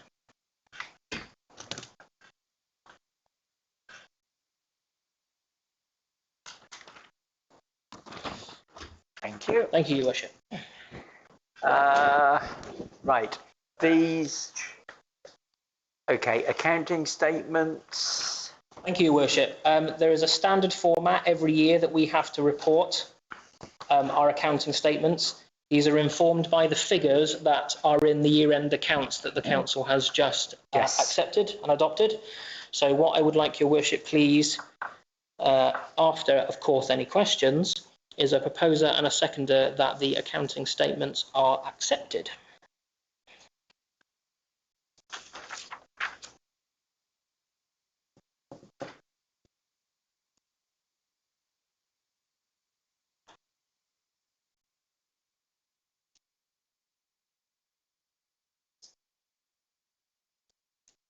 So just on this one, Your Worship, Yeah.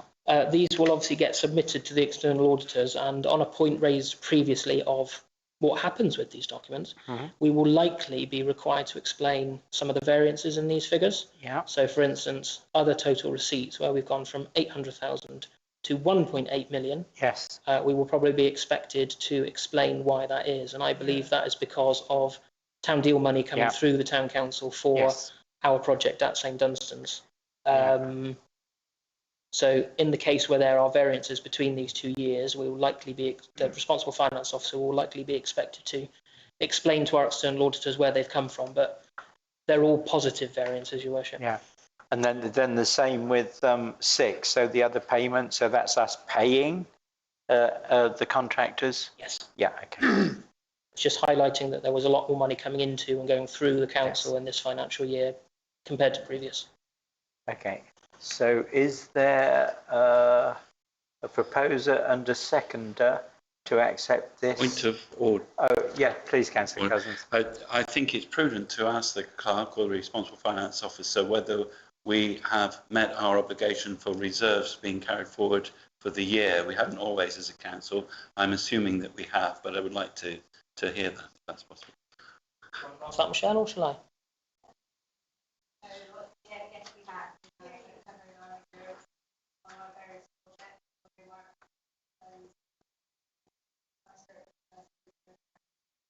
Thank you. We could always do with increasing our level of reserves. We are at the bottom end of where a council should have reserves. The tricky thing is being able to build your reserves when there's already a lot of money going through the council without necessarily putting additional burden on the precept payer for it to theoretically, until a rainy day, sit in a bank account and not do a lot other than accrue interest. But I believe we hold about just over 25% of our precept as reserves. That could do with increasing. But that's something that we'll need to look at over a number of years. And I know that I'm going to work closely with Michelle and the Finance and General Purposes Committee to get better at multi-year forecasting rather than year-to-year budgeting, which is probably what we've been doing today. We're too big a council just to function that way now. We need to look at what we need to raise and spend probably 3-5 years in advance. Okay. Councillor Cousin, Councillor Napper, please. Thank you, Your Worship. There seems to be a lot of differential here between 24 and 25. Are we expecting that same differential in the 26 one? I can imagine, Councillor Napper, when the payments for the capital project for the town deal reduce, these figures will probably go down for next year, because a lot of that money coming through the council has been town deal money, so that will probably decrease. The precept figure will obviously increase, because this notes the precept figure for last year, which was 960,000. This year it's 1,056,000. So that number will obviously increase, but you probably will see some of the other figures, such as all other payments, balances carried forward, probably reduce, because we've got quite a lot of town deal money, not only having spent it, but quite a lot is sat in the bank account. So, for instance, I think just today we settled an invoice for the works next door that was about £200,000, and there's still just under £300,000 of town deal money sat in our bank account ready to pay for bills for the project next door. So yes, you'll likely see some of those figures come down next year. As I said, all of these variances are positive variances. There's nothing in here that's showing that's negative, and those figures going down, I wouldn't say it's a good thing, I wouldn't say it's a bad thing. It just reflects the amount of money coming through the council, which will invariably go down when we complete the capital project.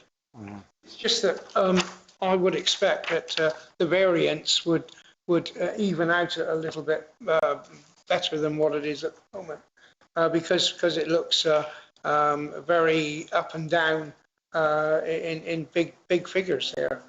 And I would think that maybe next year, hopefully, it will come to not a flat line, but certainly a flatter line than what we've got now. I take the point, Councillor Napper. As I said, I don't think some of these figures reducing or increasing are necessarily bad things. I mean, for instance, if you look at total fixed assets, they only increased by about £22,000. Total borrowings reduced because we were paying off some of our funds. Yeah. The boxes that have larger variances this year over last are because of the Town Deal Capital project and the £2.5 million that's coming through the council to pay for that. Yeah. I note that the total borrowings have come down, which is a positive. Yeah. Yes. Possibly. Yeah. Thank you. I've got a question about note 11. It seems there's 11A and 11B, and I can't see the difference in the wording between 11A and 11B, but we've got two different answers. Yeah, so the only thing I can say, Councillor Manning, is that we don't hold or are the sole trustee of any trust funds or charities.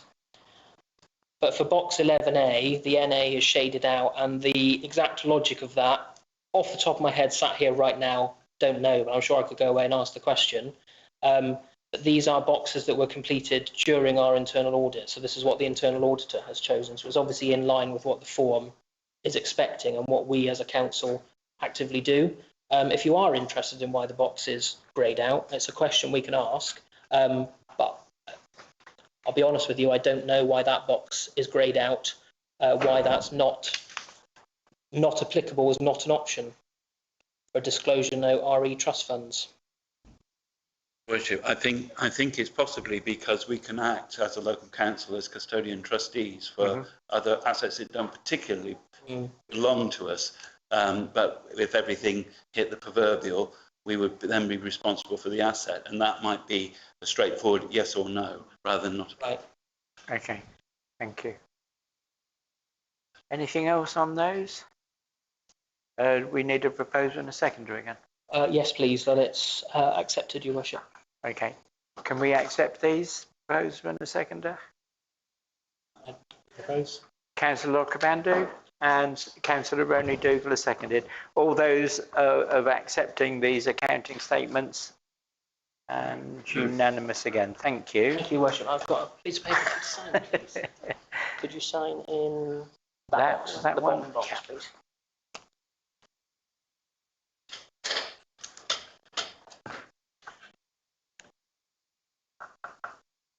Thank you. Thank you, Worship. And the next one is, have we already done that? That one? Oh, we haven't. Item number 14, Your Worship. Okay. Strategic risk register. So the council's strategic risk register. Thank you, Worship. So every year we are required as a council to identify the strategic risks that face us as a local authority and how we mitigate those risks. So this is something we're required to do every single year. Now, I've done a lot of work on this document that we're legally required to produce each year, because the responsibilities of this council have changed so considerably since the last time we did this, which was in, I think it was April 2024 we did it, so right at the beginning of last financial year. So it's a strategic risk management policy and register. So what it does is it, as a policy, outlines how we identify risks, how we mitigate risks. It gives an overview of the different type of risks and severity of risks that we as an authority are subject to. The roles of who is responsible for identifying, mitigating, reporting these risks, etc., how we mitigate them, and then how we annually review the effectiveness of this policy. And then it has a great big table. I will highlight that these are strategic high-level risks. So you haven't got the right document there, Your Worship, which might be, I think, I'm not sure if you've got a printed copy, because I only completed it today, but it is on the board behind you.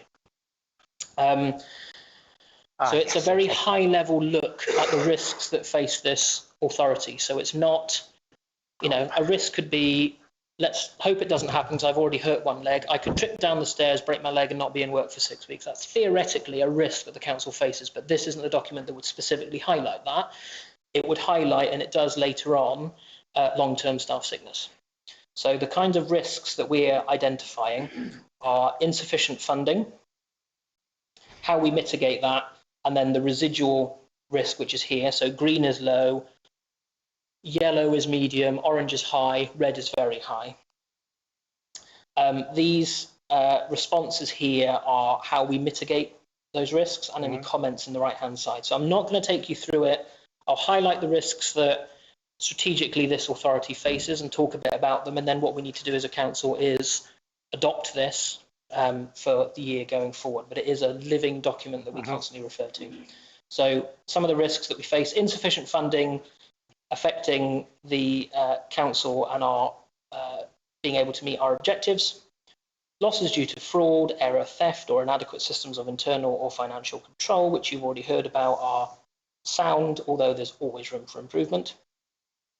Security on our money, income, reserves, and resources. Staffing inadequacies / inefficiencies. So I'll only mention it because it's a medium rather than a low. So we've got staff development and training, encouraging membership of appropriate supporting organisations, appropriate insurance cover for any negligence and fidelity insurance, which is financial. Reserves for unforeseen, adequately budgeting for the required levels of staffing across the organisation. That's something that the staffing committee look at. I think if you've got a hand up there, Your Worship, before I go on. Yeah, Councillor Cook. Can I just ask, you know, with the new employees you've got and the new mower, which is going to be hurtling around the town, that all insurances and training procedures, etc., etc. Absolutely. Absolutely. So all of our outside members of staff get Chapter 8 training, which allows them to work out on the highway. They will be shown how to use the mower. They will get training such as chainsaw training, and they'll have their health and safety induction. We have a professional firm that provide our health and safety policies. And yes, we have the right insurance cover should anything go wrong. Touch wood, it doesn't. So we already do that, Councillor Cook. We already employ people. It's just we will have more people to do it for. Long-term absence of staff. Let's hope the town clerk doesn't trip down the stairs. There is a threats to council assets. So fire, acts of God, damage, vandalism, IT theft, IT viruses, and items such as emergencies. There are legal threats. So ultra vires, which means acting above your legal status, making decisions we shouldn't, which the town council does not. Non-compliance in a whole variety of ways. So I've listed pay as you earn, value added tax, well, it should be HMRC rather than inland revenue. It changed quite a long time ago, but data protection, health and safety, human rights, employment law, accounts and audit regulations, which we've just gone through, our equality duty, freedom of information, UK GDPR, safeguarding, etc. There are operational risks, so accidents and liabilities that affect the public. So we have a public liability cover. We have a duty of care, which is utmost when planning and or providing a service or activity. We regularly inspect premises and play equipment, etc. We carry out risk assessments, and our staff are appropriately trained to meet our obligations to the public. Accidents affecting staff and elected members, which again, touch wood, should not happen. Severe weather or emergencies, so the town council is in the process of testing and adopting an emergency plan. The Climate Emergency and Resilience Officer is working with the town clerk to produce a business continuity plan.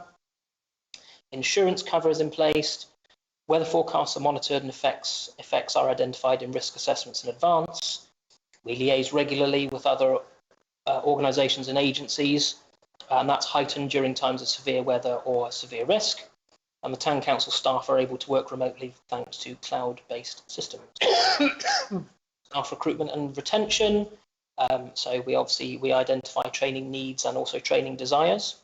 Staff are regularly appraised and offered professional and personal development opportunities, flexible working arrangements. We regularly assess roles against pay grades and their responsibilities. The annual increase as agreed by the National Joint Council is implemented annually for staff, and we budget for that. I wish they would do it on a multi-year basis so we could actually budget more accurately, but that's a plea that many town councils make but we don't get. And roles in the staffing structure are reviewed in light of the council growing. So we want to make sure that as an organisation we have the right structure in place as well as the right people. So I've highlighted probably our biggest risk as an organisation currently is devolution. So that is as a result of a loss of reputation if we're unable to provide new services because of a lack of staff or finances, which is a risk because the finances, the figures that came over from Somerset Council were inadequate. Risks to staff as a result of new responsibilities, and risks to the organisation obligated to abide by new and or unfamiliar legislation. So we are going to be looking at future financial planning. Training is put in place for staff. We, as accurately as possible, future capacity. We try and engage with the public on what we're now responsible for, and that's only just come into place. So you'll be expecting to see some stuff coming out pretty soon. Membership of various bodies which offer guidance and advice, such as the National Association of British Markets. Now that we run the market in the car park, we are now we have a membership with them, so they provide us specialist insight that we've not needed before. Our professional HR and health and safety law consultants, and we have an updated insurance policy in place which highlights all of the new areas that we've taken on. A risk of working with contractors on projects, political reputational risks, so goodwill and adverse publicity. So we advertise electors' rights, we encourage attendance at meetings, not just for council but also committee meetings. You all abide, hopefully at all times, but we sign up every year to the Code of Conduct. Meetings are in line with standing orders. You all regularly update and disclose any interests. You apply sound principles when dealing with representational matters, particularly in local planning and licensing issues. Effective communication of key issues and decisions. And members, you keep abreast of public opinion and you're making decisions. Inadequate communication as a risk. So we do already try to, a high standard, record minutes and other council business decisions. We do submit periodic press releases after each full council meeting. In between, we make use of the notice board. We try and give a timely response to all correspondence, consultations, etc. We respect electors' rights.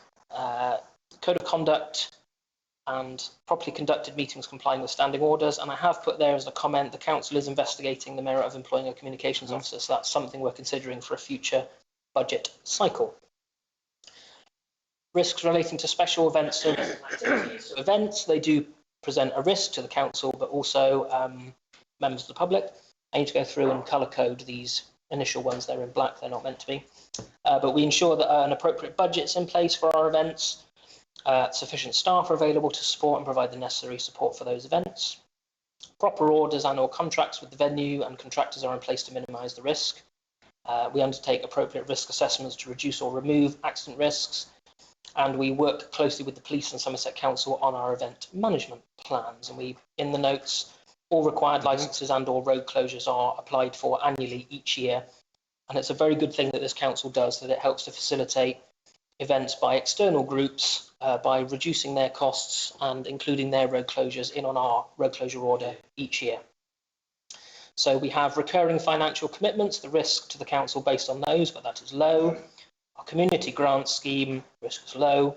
Community awards, ad hoc events and activities, consultation and representation. And you'll all be very pleased to hear that is the end of our current strategic risk management policy and register. Thank you. So as I mentioned, this is a live document that I will continue to update, review and use. I will bring any material changes to this council, but it's something we have to look at least annually. Okay. So I'm asking if there's a proposer that we accept and adopt this for the financial year 2025-26. Councillor Napper. Thank you, Your Worship. Going back to 4, I believe that I recall that there was a big problem with an employee at one time, and it cost us an awful lot of money to sort the problem out. Going back to that, what is the arrangements on that? Arrangements on what specifically, Councillor Napper? I'm not going to go into specifics. No, I'm not asking you to go into details, but I'm not quite sure of the question you're asking me. We had an employee who... Are you asking me how we mitigate against the risk of increased costs owing to staffing issues? Yes. Right. Yes. We have a professional HR law company who provide all of our HR policies and advise us on any staffing issues.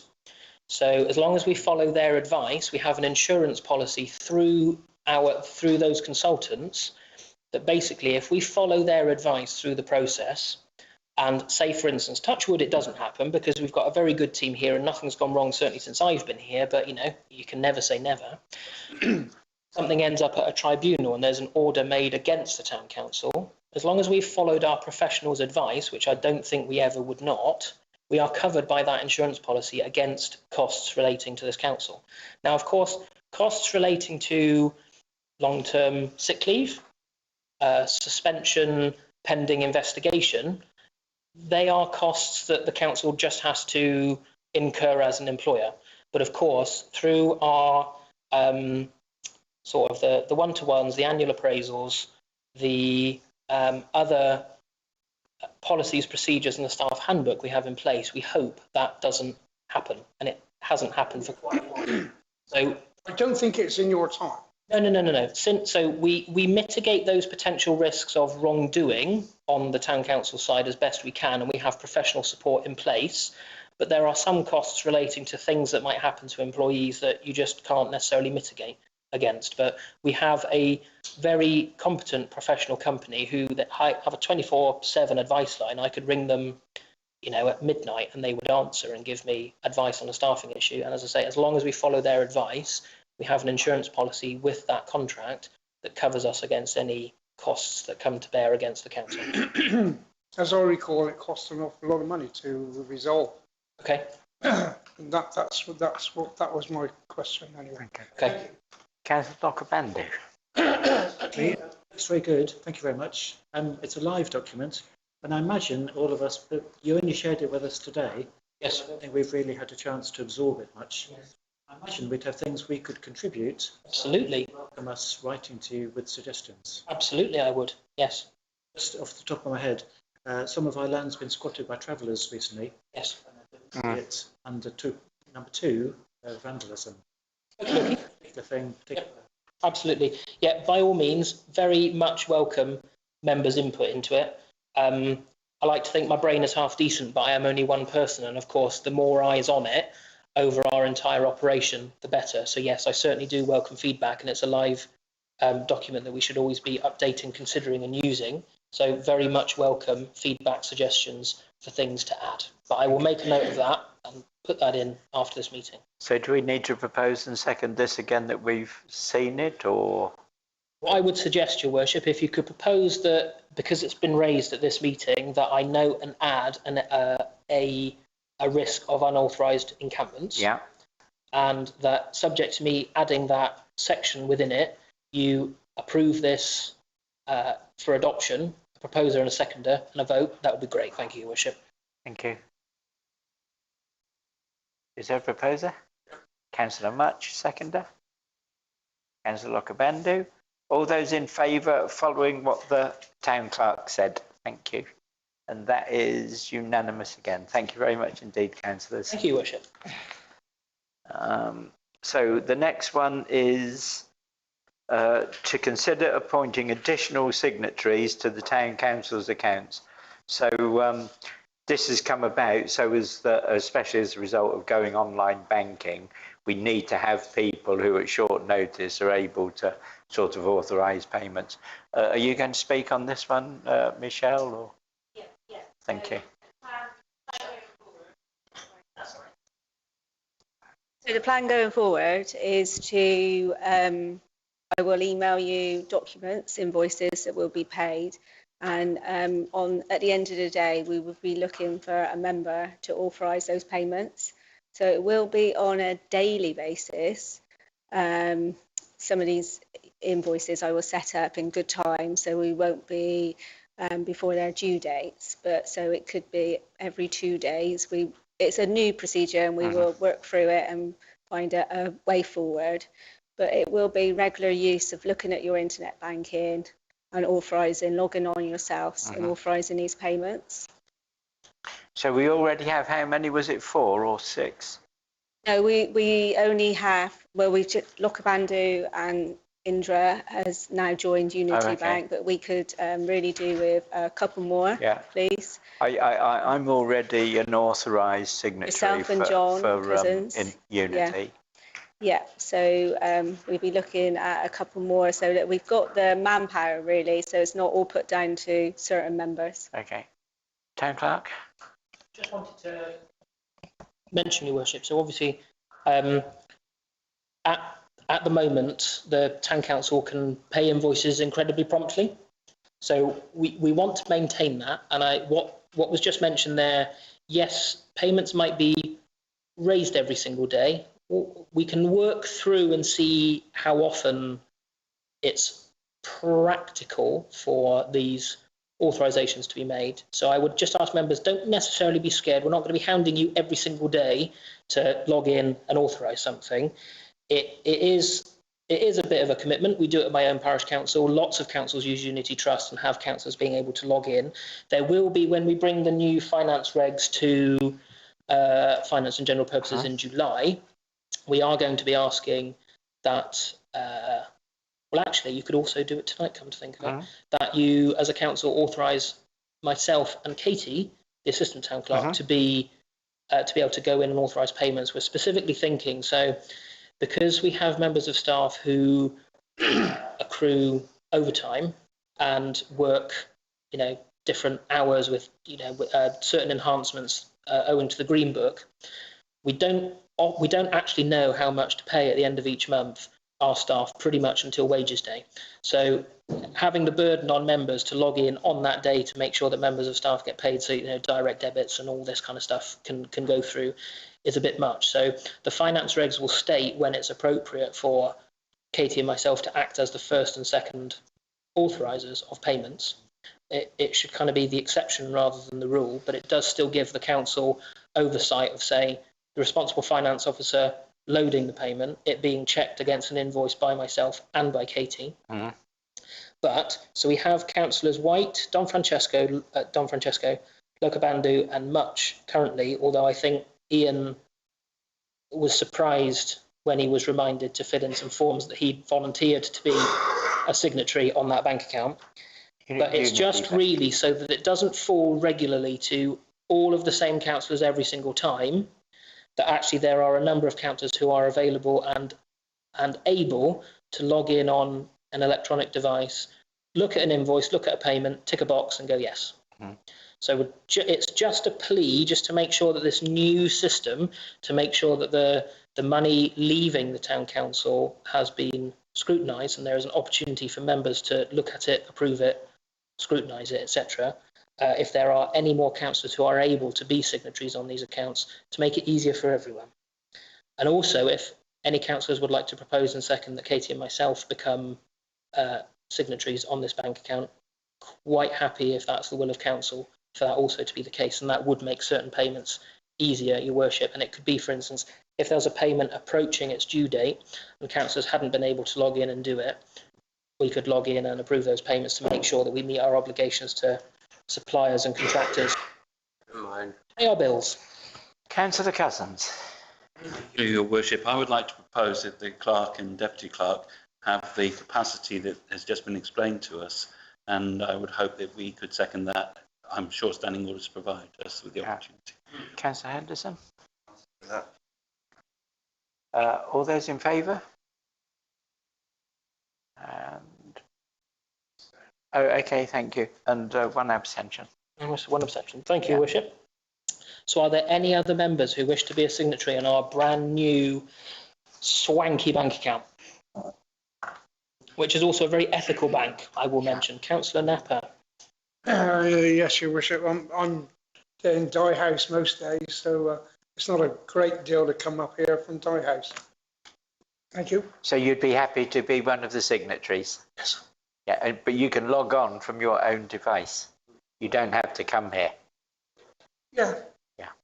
If I'm shown. Yeah. Thank you. I may have to be led by the hand at some stage. Thank you. Okay. Sorry? I need as many people as who are willing. Councillor Manning? Wouldn't be prepared to put myself forward as well. Yeah, thank you.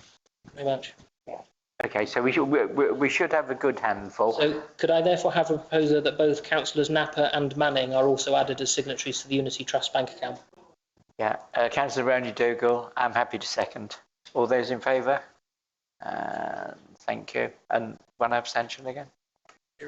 Yeah, thank you. One abstention. Abstention, Your Worship. Thank you.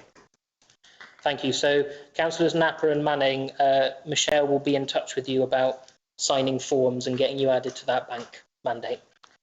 Thank you. Okay, next on the list is to consider a request from the World Heritage Working Group to extend the length of time allocated for the group's tasks. I'll just make one comment about that first. When that working group was put together, we did a terms of reference for it. This council accepted that, and it said we wanted them to deliver a report by September. So that was how that committee was set up. So Councillor Cousins, I understand you have some more information for us. Thank you. Thank you, Your Worship.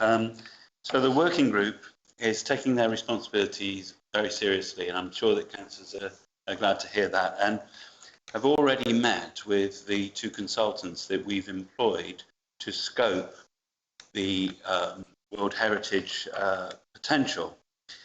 And the meeting that the consultants had with the working group was a very good meeting and very positive. But at that meeting, it was established by the working group that the consultants were delivering their report, which included the scoping and their recommendations to the council after the working group was asked to complete. The working group then asked the consultants whether they would be able to know what was being proposed prior to the council knowing it, because I think quite reasonably they said, how can we make a recommendation if we don't know what the scope is? So the consultants said that they would not be happy to share their work while it was in process, and also wouldn't be happy to share the work with anyone until the council had seen it. So I think that quite reasonably the working group said, well, if we're being asked to make a recommendation to the council whether or not to move forward or the merits of World Heritage status for the town, wouldn't it be prudent for us to know what the scoping is for that? And so they have, I think, quite rightly requested that perhaps they could prepare their report a month after the scoping document has been released to the council. And I've talked with the consultants, and the consultants are quite happy for the working group to have the results of their work, the consultants' work, once the council has seen it. And I think that this is just a reflection on how seriously they're taking it. They don't want to provide us with an uneducated recommendation. They'd rather have all the information and be able to provide us with what they feel would be their best work. So that is the request to the council. Could the time for their task be extended? The consultants are delivering their report to us. I believe it's in December, I think. And the working group said, well, they won't actually probably get a lot of opportunity over Christmas and New Year to do any work themselves. So I think that's why they've opted to send their report to us in February. And I feel that this is a reasonable request, and I would recommend to the council that we accept it. Is that a proposal, John? No. I propose that we extend the period of time for this working group to February 26th.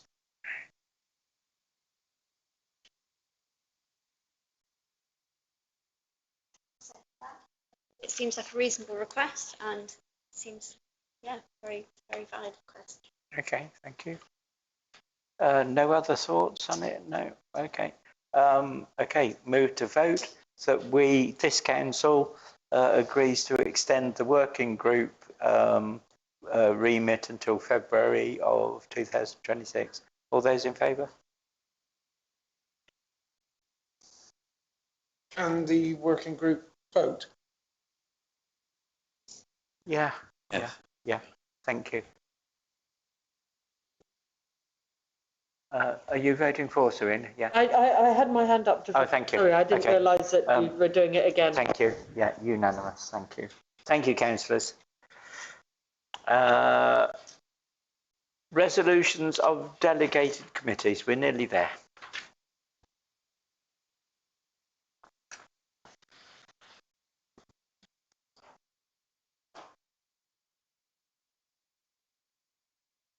These are just, as always, for noting, Your Worship. Okay.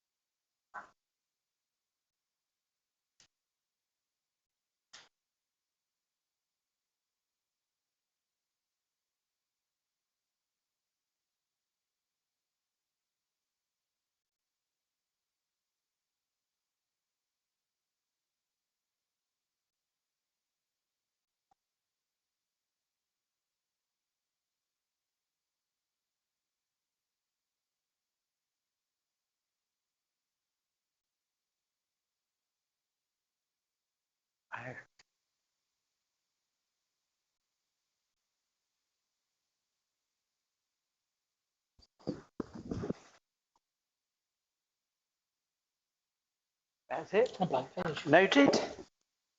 Worship. Councillor. I just wanted to ask something. I don't know if this is the right place, but of the staffing committee. Somebody I know was interested in one of the jobs on offer, so I looked at the thing for them, and there wasn't. It said send in a CV. Now, CV and cover letter. And cover letter. Well, when I did safeguarding recruitment, I thought you had to always, for safeguarding purposes, have a standard application form, so that it was harder, because CVs make it easy to hide gaps in employment. You actually have to read them, but if you've got a form that has the dates, and I thought that was a safeguarding thing that you had to have. Okay, that hasn't been the advice of our HR law contractors. And I mean, there are arguments for and against CV cover letter or application form. I haven't been advised that a standard application form is a requirement. I can ask that for future posts, but it's obviously been advertised as CV and cover letter at the moment. Of course, references are always sought, and there's an opportunity for potential candidates to disclose anything that they want to disclose through the process. And where posts require it, DBS checks are undertaken, but for the posts, the two community services officers posts, there's not a requirement for a DBS check, but there likely will be a requirement for a DBS check for the operations lead in the Health and Wellbeing Centre. That's a piece of advice I'll have to take formally. I believe a DBS check will be required for that role, but you're not allowed to DBS check for a role where you aren't required. It's actually against the law to do that. But I'll ask that question for future job adverts for sure. That's not something I've been specifically made aware of yet. Is in education. Right. Yeah. Okay. Thank you. Well, thank you very much for the question anyway, Councillor Osborne. Thank you. Yes, I was just thinking about standard application form for the town cryo. And I thought, yes, thank you. Okay, to receive updates from advisory committees and consider recommendations for decision. Your Worship, just let me use my green pen to mark an action. You will want this one.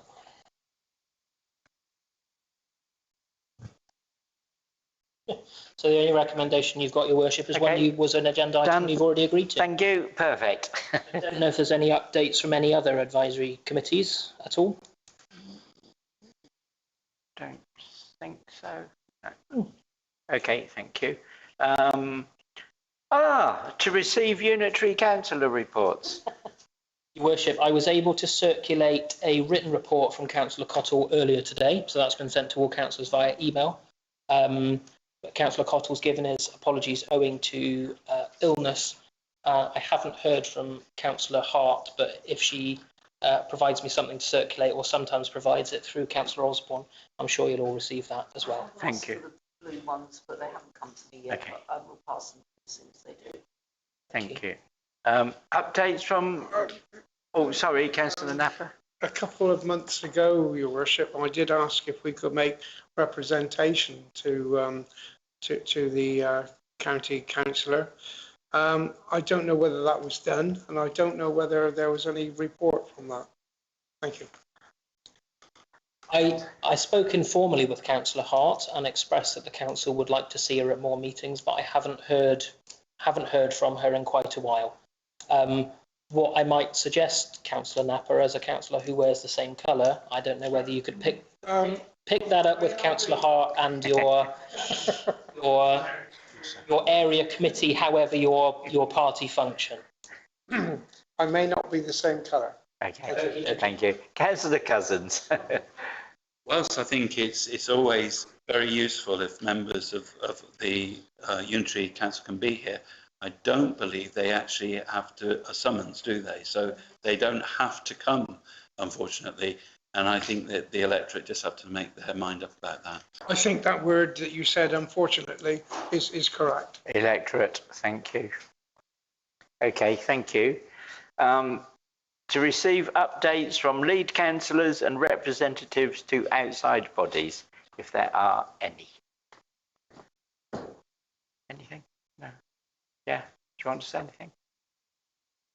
No. Okay. Nothing on that. Thank you. Okay, Mayor's announcements. Well, this is jolly exciting, I have to say. So I brought my sort of throwaway shopping list and I went, okay, so what's happened in this last month? Went to the Lost Projects and opened the climbing wall. That was very exciting. Chairing of the Bard, again, very exciting. Peace meditations in St John's Church. Met with Sergeant Nancy over at Street, and then we've had regular engagement with the police beat team. Went to the World Heritage Open Day. Community funding for our Glastonbury. Promise work, so I met Ali and John Chambers, who's the general manager and the Mendix person. Went across with the deputy mayor to Street Parish Awards and their investiture. That was in Strode Theatre. That was very nice. Quite coincidentally, met Sarah Dyke on the High Street last Thursday, and she big sort of shake of the hand, and we talked for a little while. And then Friday just gone, I opened St John's School Fete, so from 3 o'clock until 5 o'clock, and they absolutely loved it. One of the important things that sort of came out of this over the last month was just about reporting, shoplifting, incidents, stuff like that. So the police are data driven, they need evidence. And so if nobody reports anything, it looks like we haven't got any incidents. You know, so all the stuff going round and round on social media, that doesn't help. It needs to be reported. So they said like 101, 101 phone, 101 online, Crime Stoppers, 999 in case of emergencies. Okay, so they just want data. Councillor Henderson? Well, just to back that up, I mean, there was an incident outside here before, I think it was a planning meeting or something, and also when the churchyard was closed, there were still people in there. And I've tried reporting those on the phone, but obviously that is a time-consuming Yeah.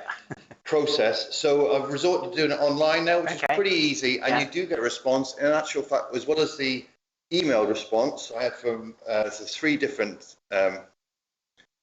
things I did. I also had a phone call response as well, so I thought that was pretty impressive. So I think I would recommend personally to do it online. Thank you. Yeah, I had to report an incident on the 25th of May, and ended up like on the phone. They put me through to central control and said, "Do you want this recorded?" I said yes. So I started doing the narration. It took about 45 minutes, but it was really interesting. So after about 20 minutes, we realised it wasn't just antisocial behaviour, it had changed to threatening behaviour. I also had a phone call 3 hours later from a policeman. It turned out it was Simon, who was on duty. But the thing also had a crime reference number as well. You know, so the original reporting number, then the crime reference number. And so absolutely report this stuff. So they need information. Councillor Cousins. Thank you, Your Worship. I know in previous times we have had on the council website the information about how to report an incident and the various links to whether online reporting or Crime Stoppers or whatever. And I wonder whether we have that still, and if we don't, whether there's merit in having it there. And I wonder also if we had a page like that on our website, whether that could be one of the things that we then put a link on to Facebook and say, if you see a crime, please report, so that that people have no excuse really, you know, to not report it. And hopefully, whilst they're writing their dialogue on Facebook about how terrible things are, they might think about doing it too. Reporting something, thank you. Yeah, I did ask, so about the Shop Watch people, so a lot of people are on Shop Watch. I said, how many people actually report incidents? 1. And so you say, right, well, that's not very many. But again, the message is please report stuff. Scarlett mentioned something, just as an upfront for your diaries. Saturday, the 1st of November, Wells Cathedral, in the evening, there's going to be a Somerset Festival of Remembrance to do with the World War people. So tickets will be on Eventbrite, and it will be Royal British Legion. So that's just a heads up. Okay, correspondence, communications and announcements. Do you want to say anything? Please do, if you do. Yes, thank you, Chair. If it's okay to do this here, I don't know if you, sorry, there's a statement from the Red Brick. This is about, obviously, the Life Factory and the audit. Have people had a chance to see it? Yeah, great, good. Okay, fabulous. So would it be okay to read here? The Chair and Clerk thought it was best to do it in this section here. Yep, fantastic, thank you. So just to say first, what came through was pretty much the process and procedures about the grant funding agreement, which came through for the Life Factory, well, for all projects. So obviously there could be questions afterwards. So this is a statement from the board and from the staff of the Red Brick. I want to thank Ramona, who's also one of the board members at the Red Brick, for being with us today and staying through the entire meeting. So this is the Red Brick Building, a community at Crossroads. The Southwest audit, expected in months, took over a year, leaving Red Brick in limbo, unsupported and increasingly vulnerable. Despite the delay, the audit revealed no new insights. It failed to answer the one question everyone was asking: where did the money go? The funds were spent on labour, materials, surveys, staffing, professional advice and contractors, but Red Brick Board already knew that. In early 2024, under new leadership, when I say we, it's the Red Brick, commissioned our own audit. It confirmed what we feared, that the Life Factory project was financially unsustainable. We paused it and Somerset Council followed. So Red Brick Board paused the project and Somerset were already lined up to pause the funding. So we have consistently worked transparently with Somerset Council throughout the entire process. In fact, a council officer attended board meetings regularly up till late 2023. The new board has fully cooperated with the audit and remained silent throughout the delay, despite the reputational damage caused. So it was silent in order to allow the process to happen. Under new leadership, the Red Brick has taken significant steps to rebuild trust and restore stability. The board's proactive actions, however, were not reflected in the audit report, nor was the deep commitment shown by new members who inherited the crisis that they could not have foreseen. So the Red Brick set up a subsidiary, so this is before our time. This is the board set up a subsidiary which was Beckery Construction Company, BCC, in 2022 to run the Life Factory project, very separate from the Red Brick itself, appointing a full-time project manager. While reports were made to both the Red Brick board and the BCC director, there were some serious failures in procedures and reporting, some detailed in the audit. In hindsight, both Red Brick and Somerset Council lacked the capacity to provide proper oversight. Council staffing and town deal dropped from the, Council staffing for the town deal dropped from 3 to 1 when more was needed. Yes, BCC, Beckery Construction, fell short of basic standards, and we need to acknowledge that. Several directors resigned under the strain after repeated efforts to obtain accurate information.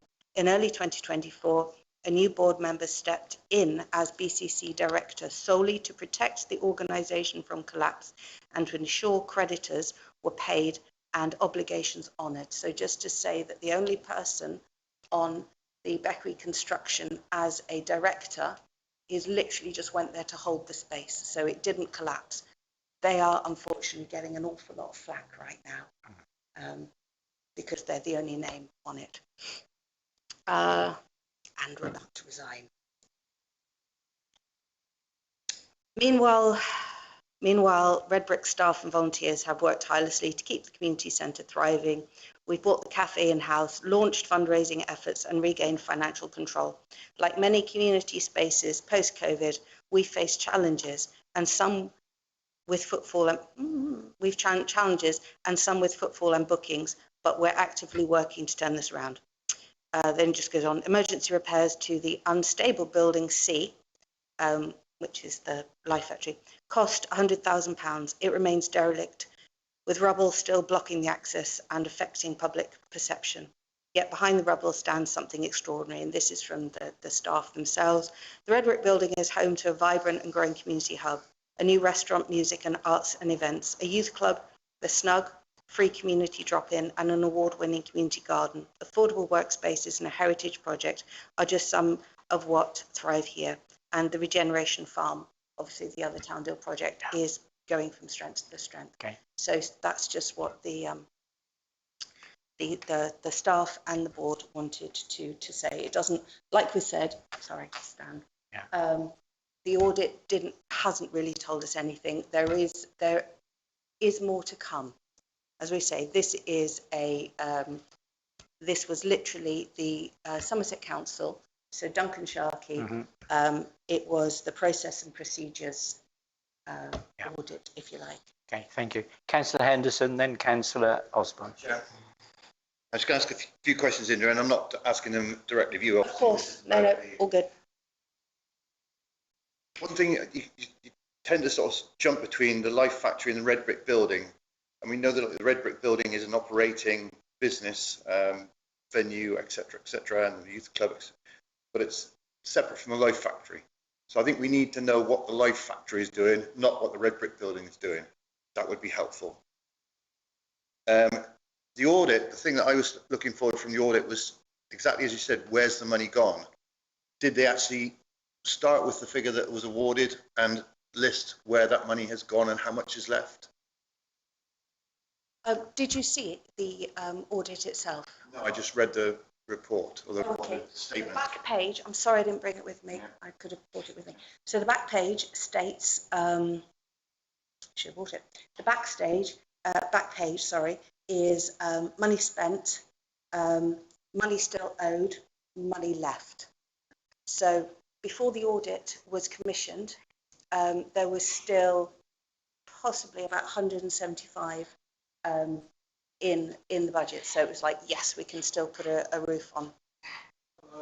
Oh, it's a dog. Hi. It wasn't me. So it was, yeah, about 175 left. So yes, it does item. Pounds or thousand? Yes, no, there was. Okay. So what happened is because the, correct me if I'm wrong, but because the scaffolding was pretty much by this time holding up the building, because we couldn't pay the scaffolding anymore, and they wanted to take it out, it laid the building dangerous. So it could actually fall onto the road. So with health and safety topping everything, a builder worked at risk to basically shore up the building. So basically the casing is pretty much done. Right. It is, let's say, 80% actually all done.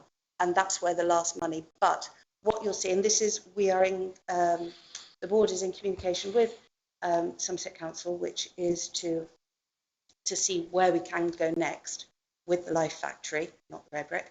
And because some of those monies may not be paid. So we may have actually more because they haven't actually itemised it. So actually, so after the money's spent and the money left, yes. The next question I was hoping to find was that purely down to incompetence, or is there actually some possibility that it was more more fraudulent, I guess is the word I'm looking for, more sinister than that? That was the next question. And also, we mentioned the scaffolding firm who were here at one of our meetings. Have they actually been paid now? Because I think also one of the things that we're all concerned about is local firms not, being left short of money, because we all know that small local firms, need that cash flow to keep going. So it's important not only for the reputation of, the Life Factory, but just for the reputation of this town, I guess, that we look after our small firms. So not in any particular order. So the money still has the credit, so that's with paying the creditors. I just want to say that. So when the breakdown, it says how much are owed to creditors, and that is in there. So that's part of it.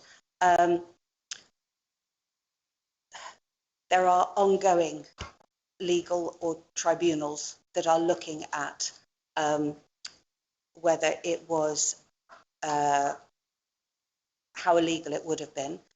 Personally, I think it was just too much for them. I think it was just over their heads. And I personally, that's what I believe.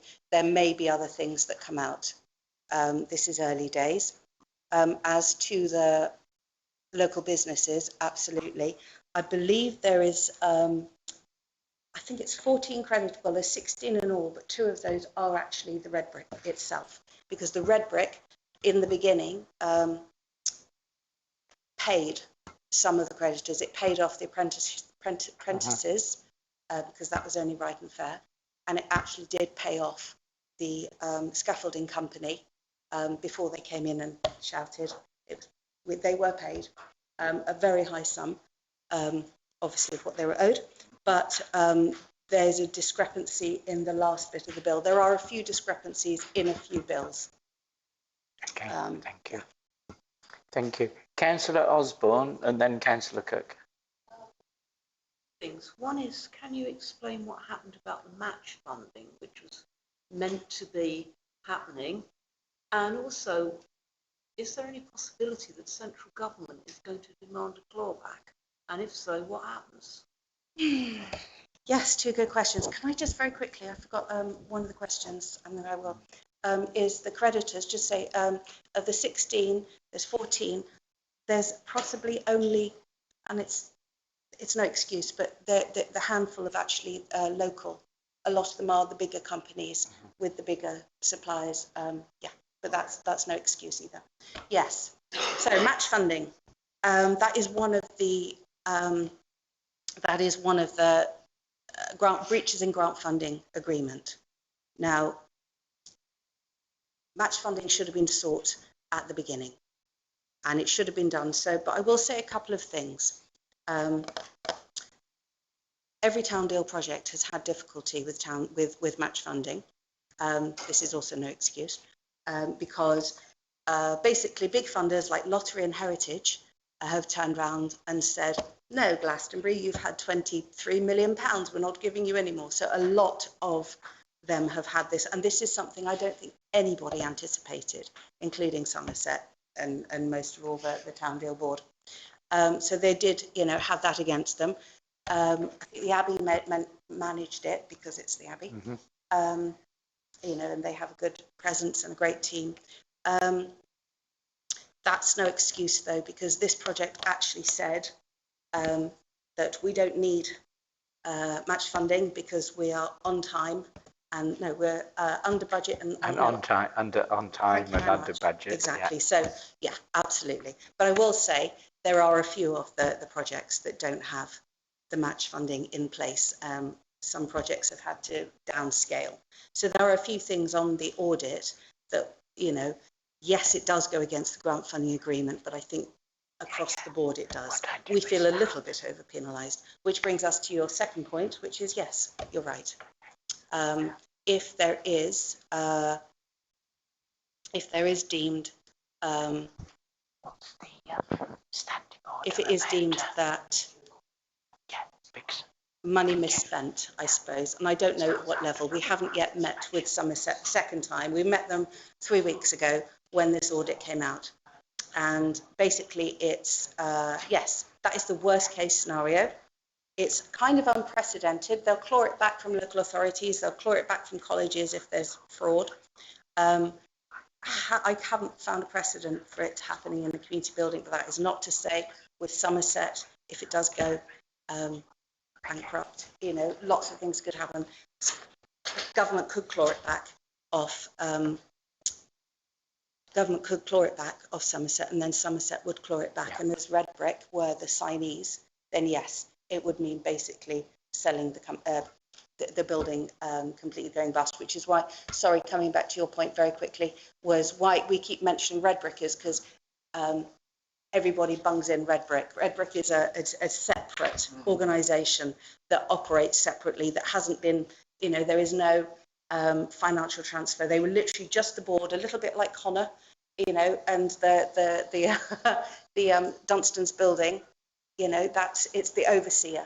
The problem is the Red Brick board weren't given the overseer. That's kind of what it all comes down to. Councillor Cook. Thanks. Okay. Quite a good effort of defence, but tragically, none of this would have happened if the project hadn't proceeded on account of the fact that there was no match funding, which the Red Brick building itself was responsible for finding. Okay? Yes, it is. That's according to the latest releases from Somerset Confidential, who are in with SWAP, who give them information.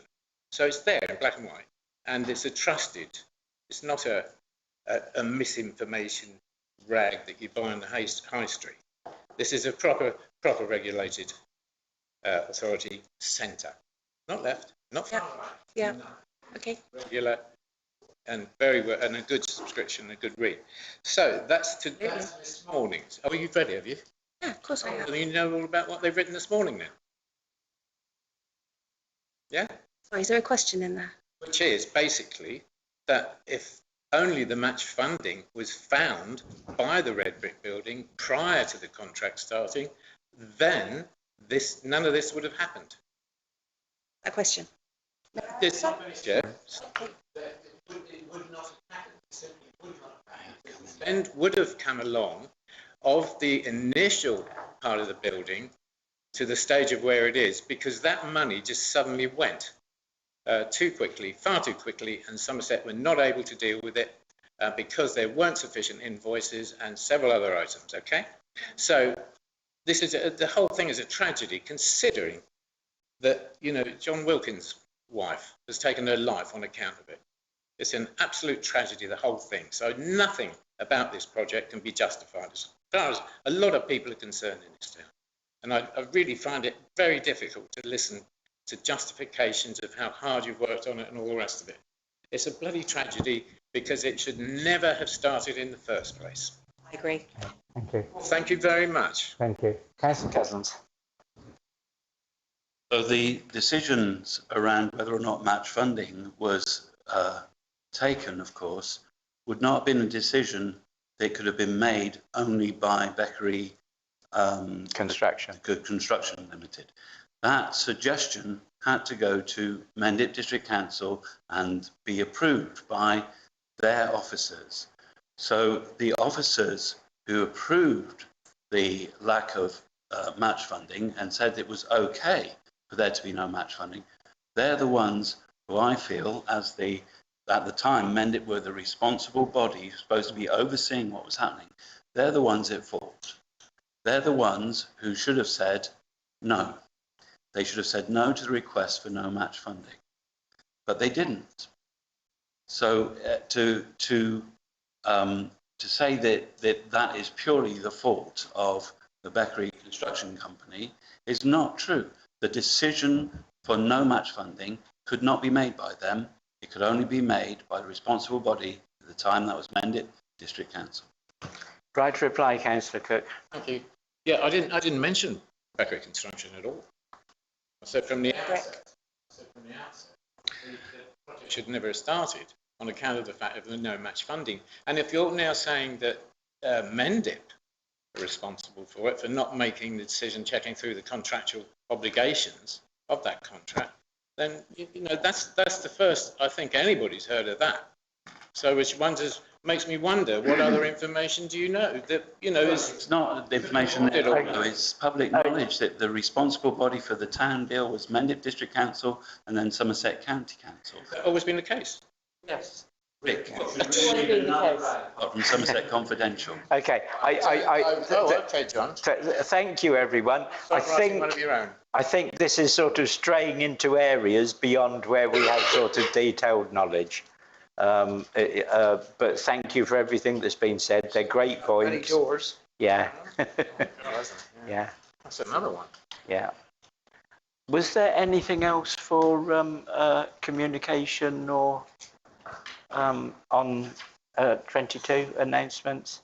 No, I don't think so, Your Worship. I was just during that conversation out of interest looking at our own grant funding agreement for our project and when we received our first little tranche of match funding. So our grant funding agreement was dated March 2023. We didn't receive our first match funding until December 2023. So I wouldn't say that not having match funding at the point of the grant funding agreement, which allowed projects to start going ahead, was only the case in the red brick building. I think the very tight deadline on town deal projects certainly hasn't helped in that all that money needed to be spent in such a short period of time. And the Abbey have been successful. Our own project has been successful at attracting match funding, but it has been incredibly difficult. So I, just during that conversation, thought I would go and look at our own match funding. We've got about, I think it's about £600,000 of match funding.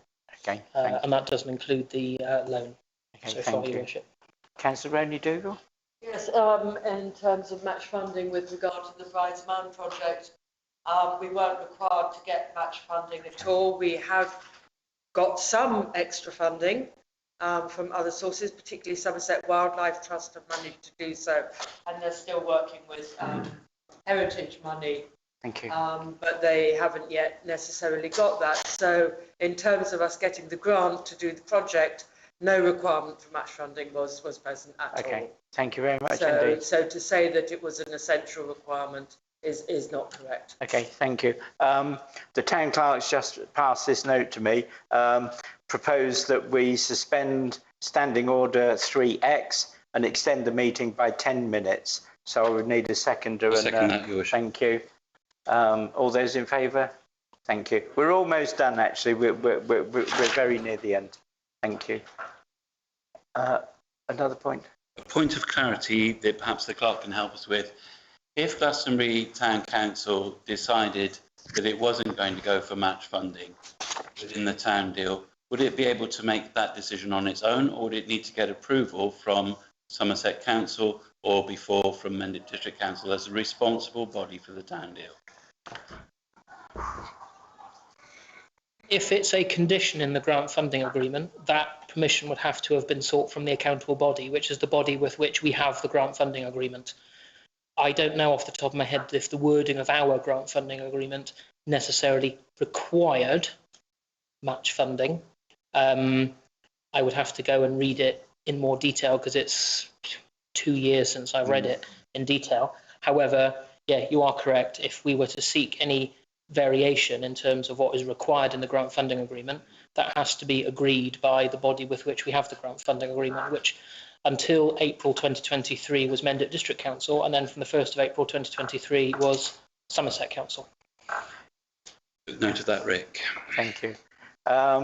Okay, any items for news release and or the quarterly newsletter?